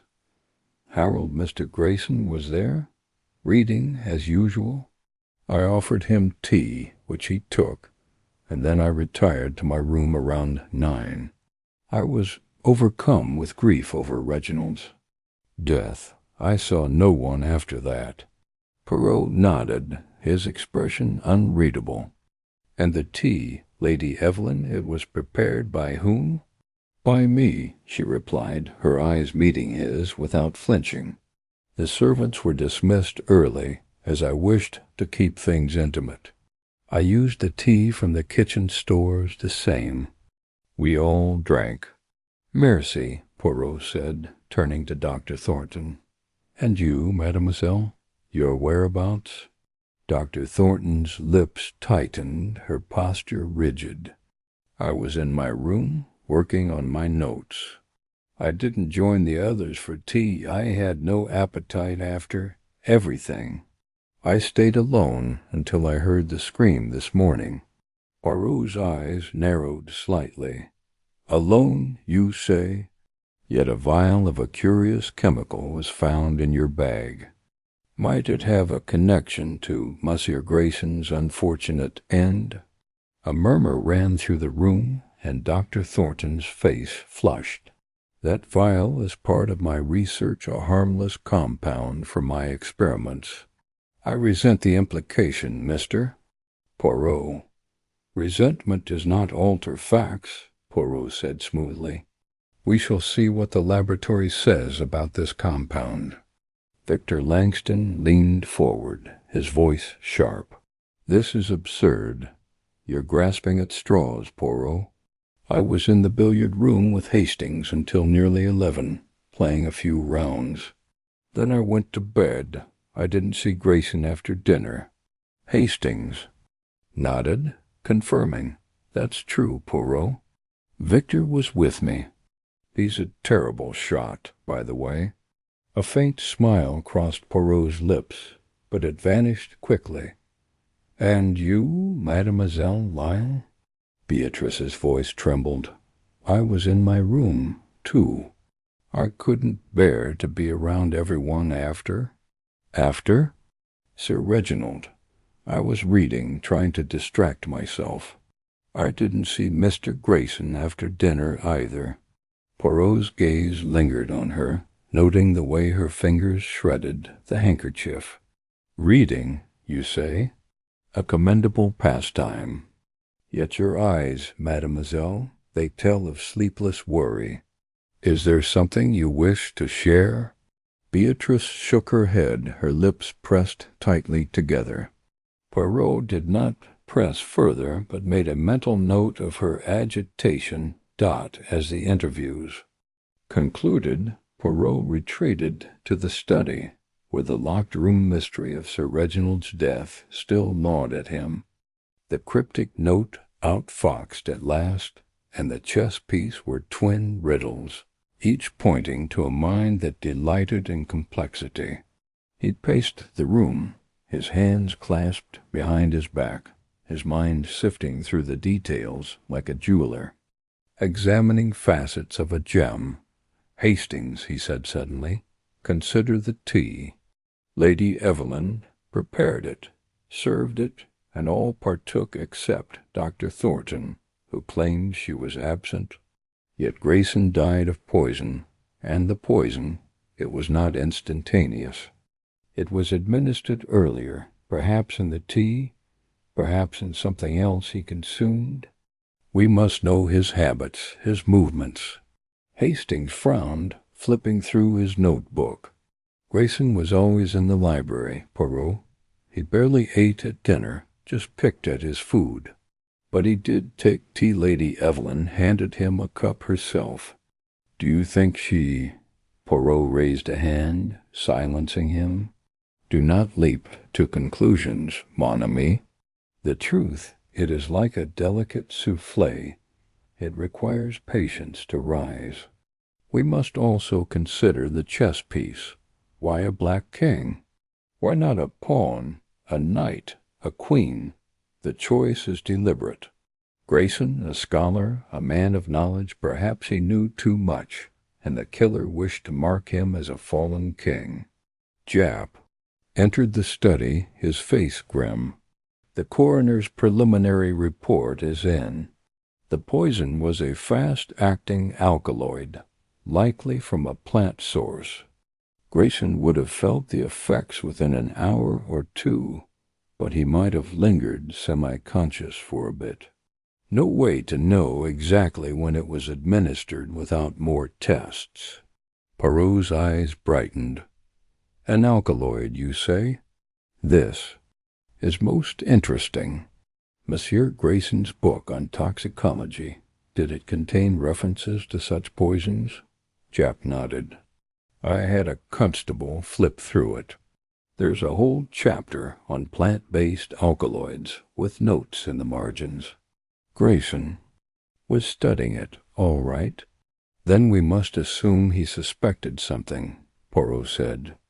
"Perhaps he was not the intended victim, but a witness to something dangerous.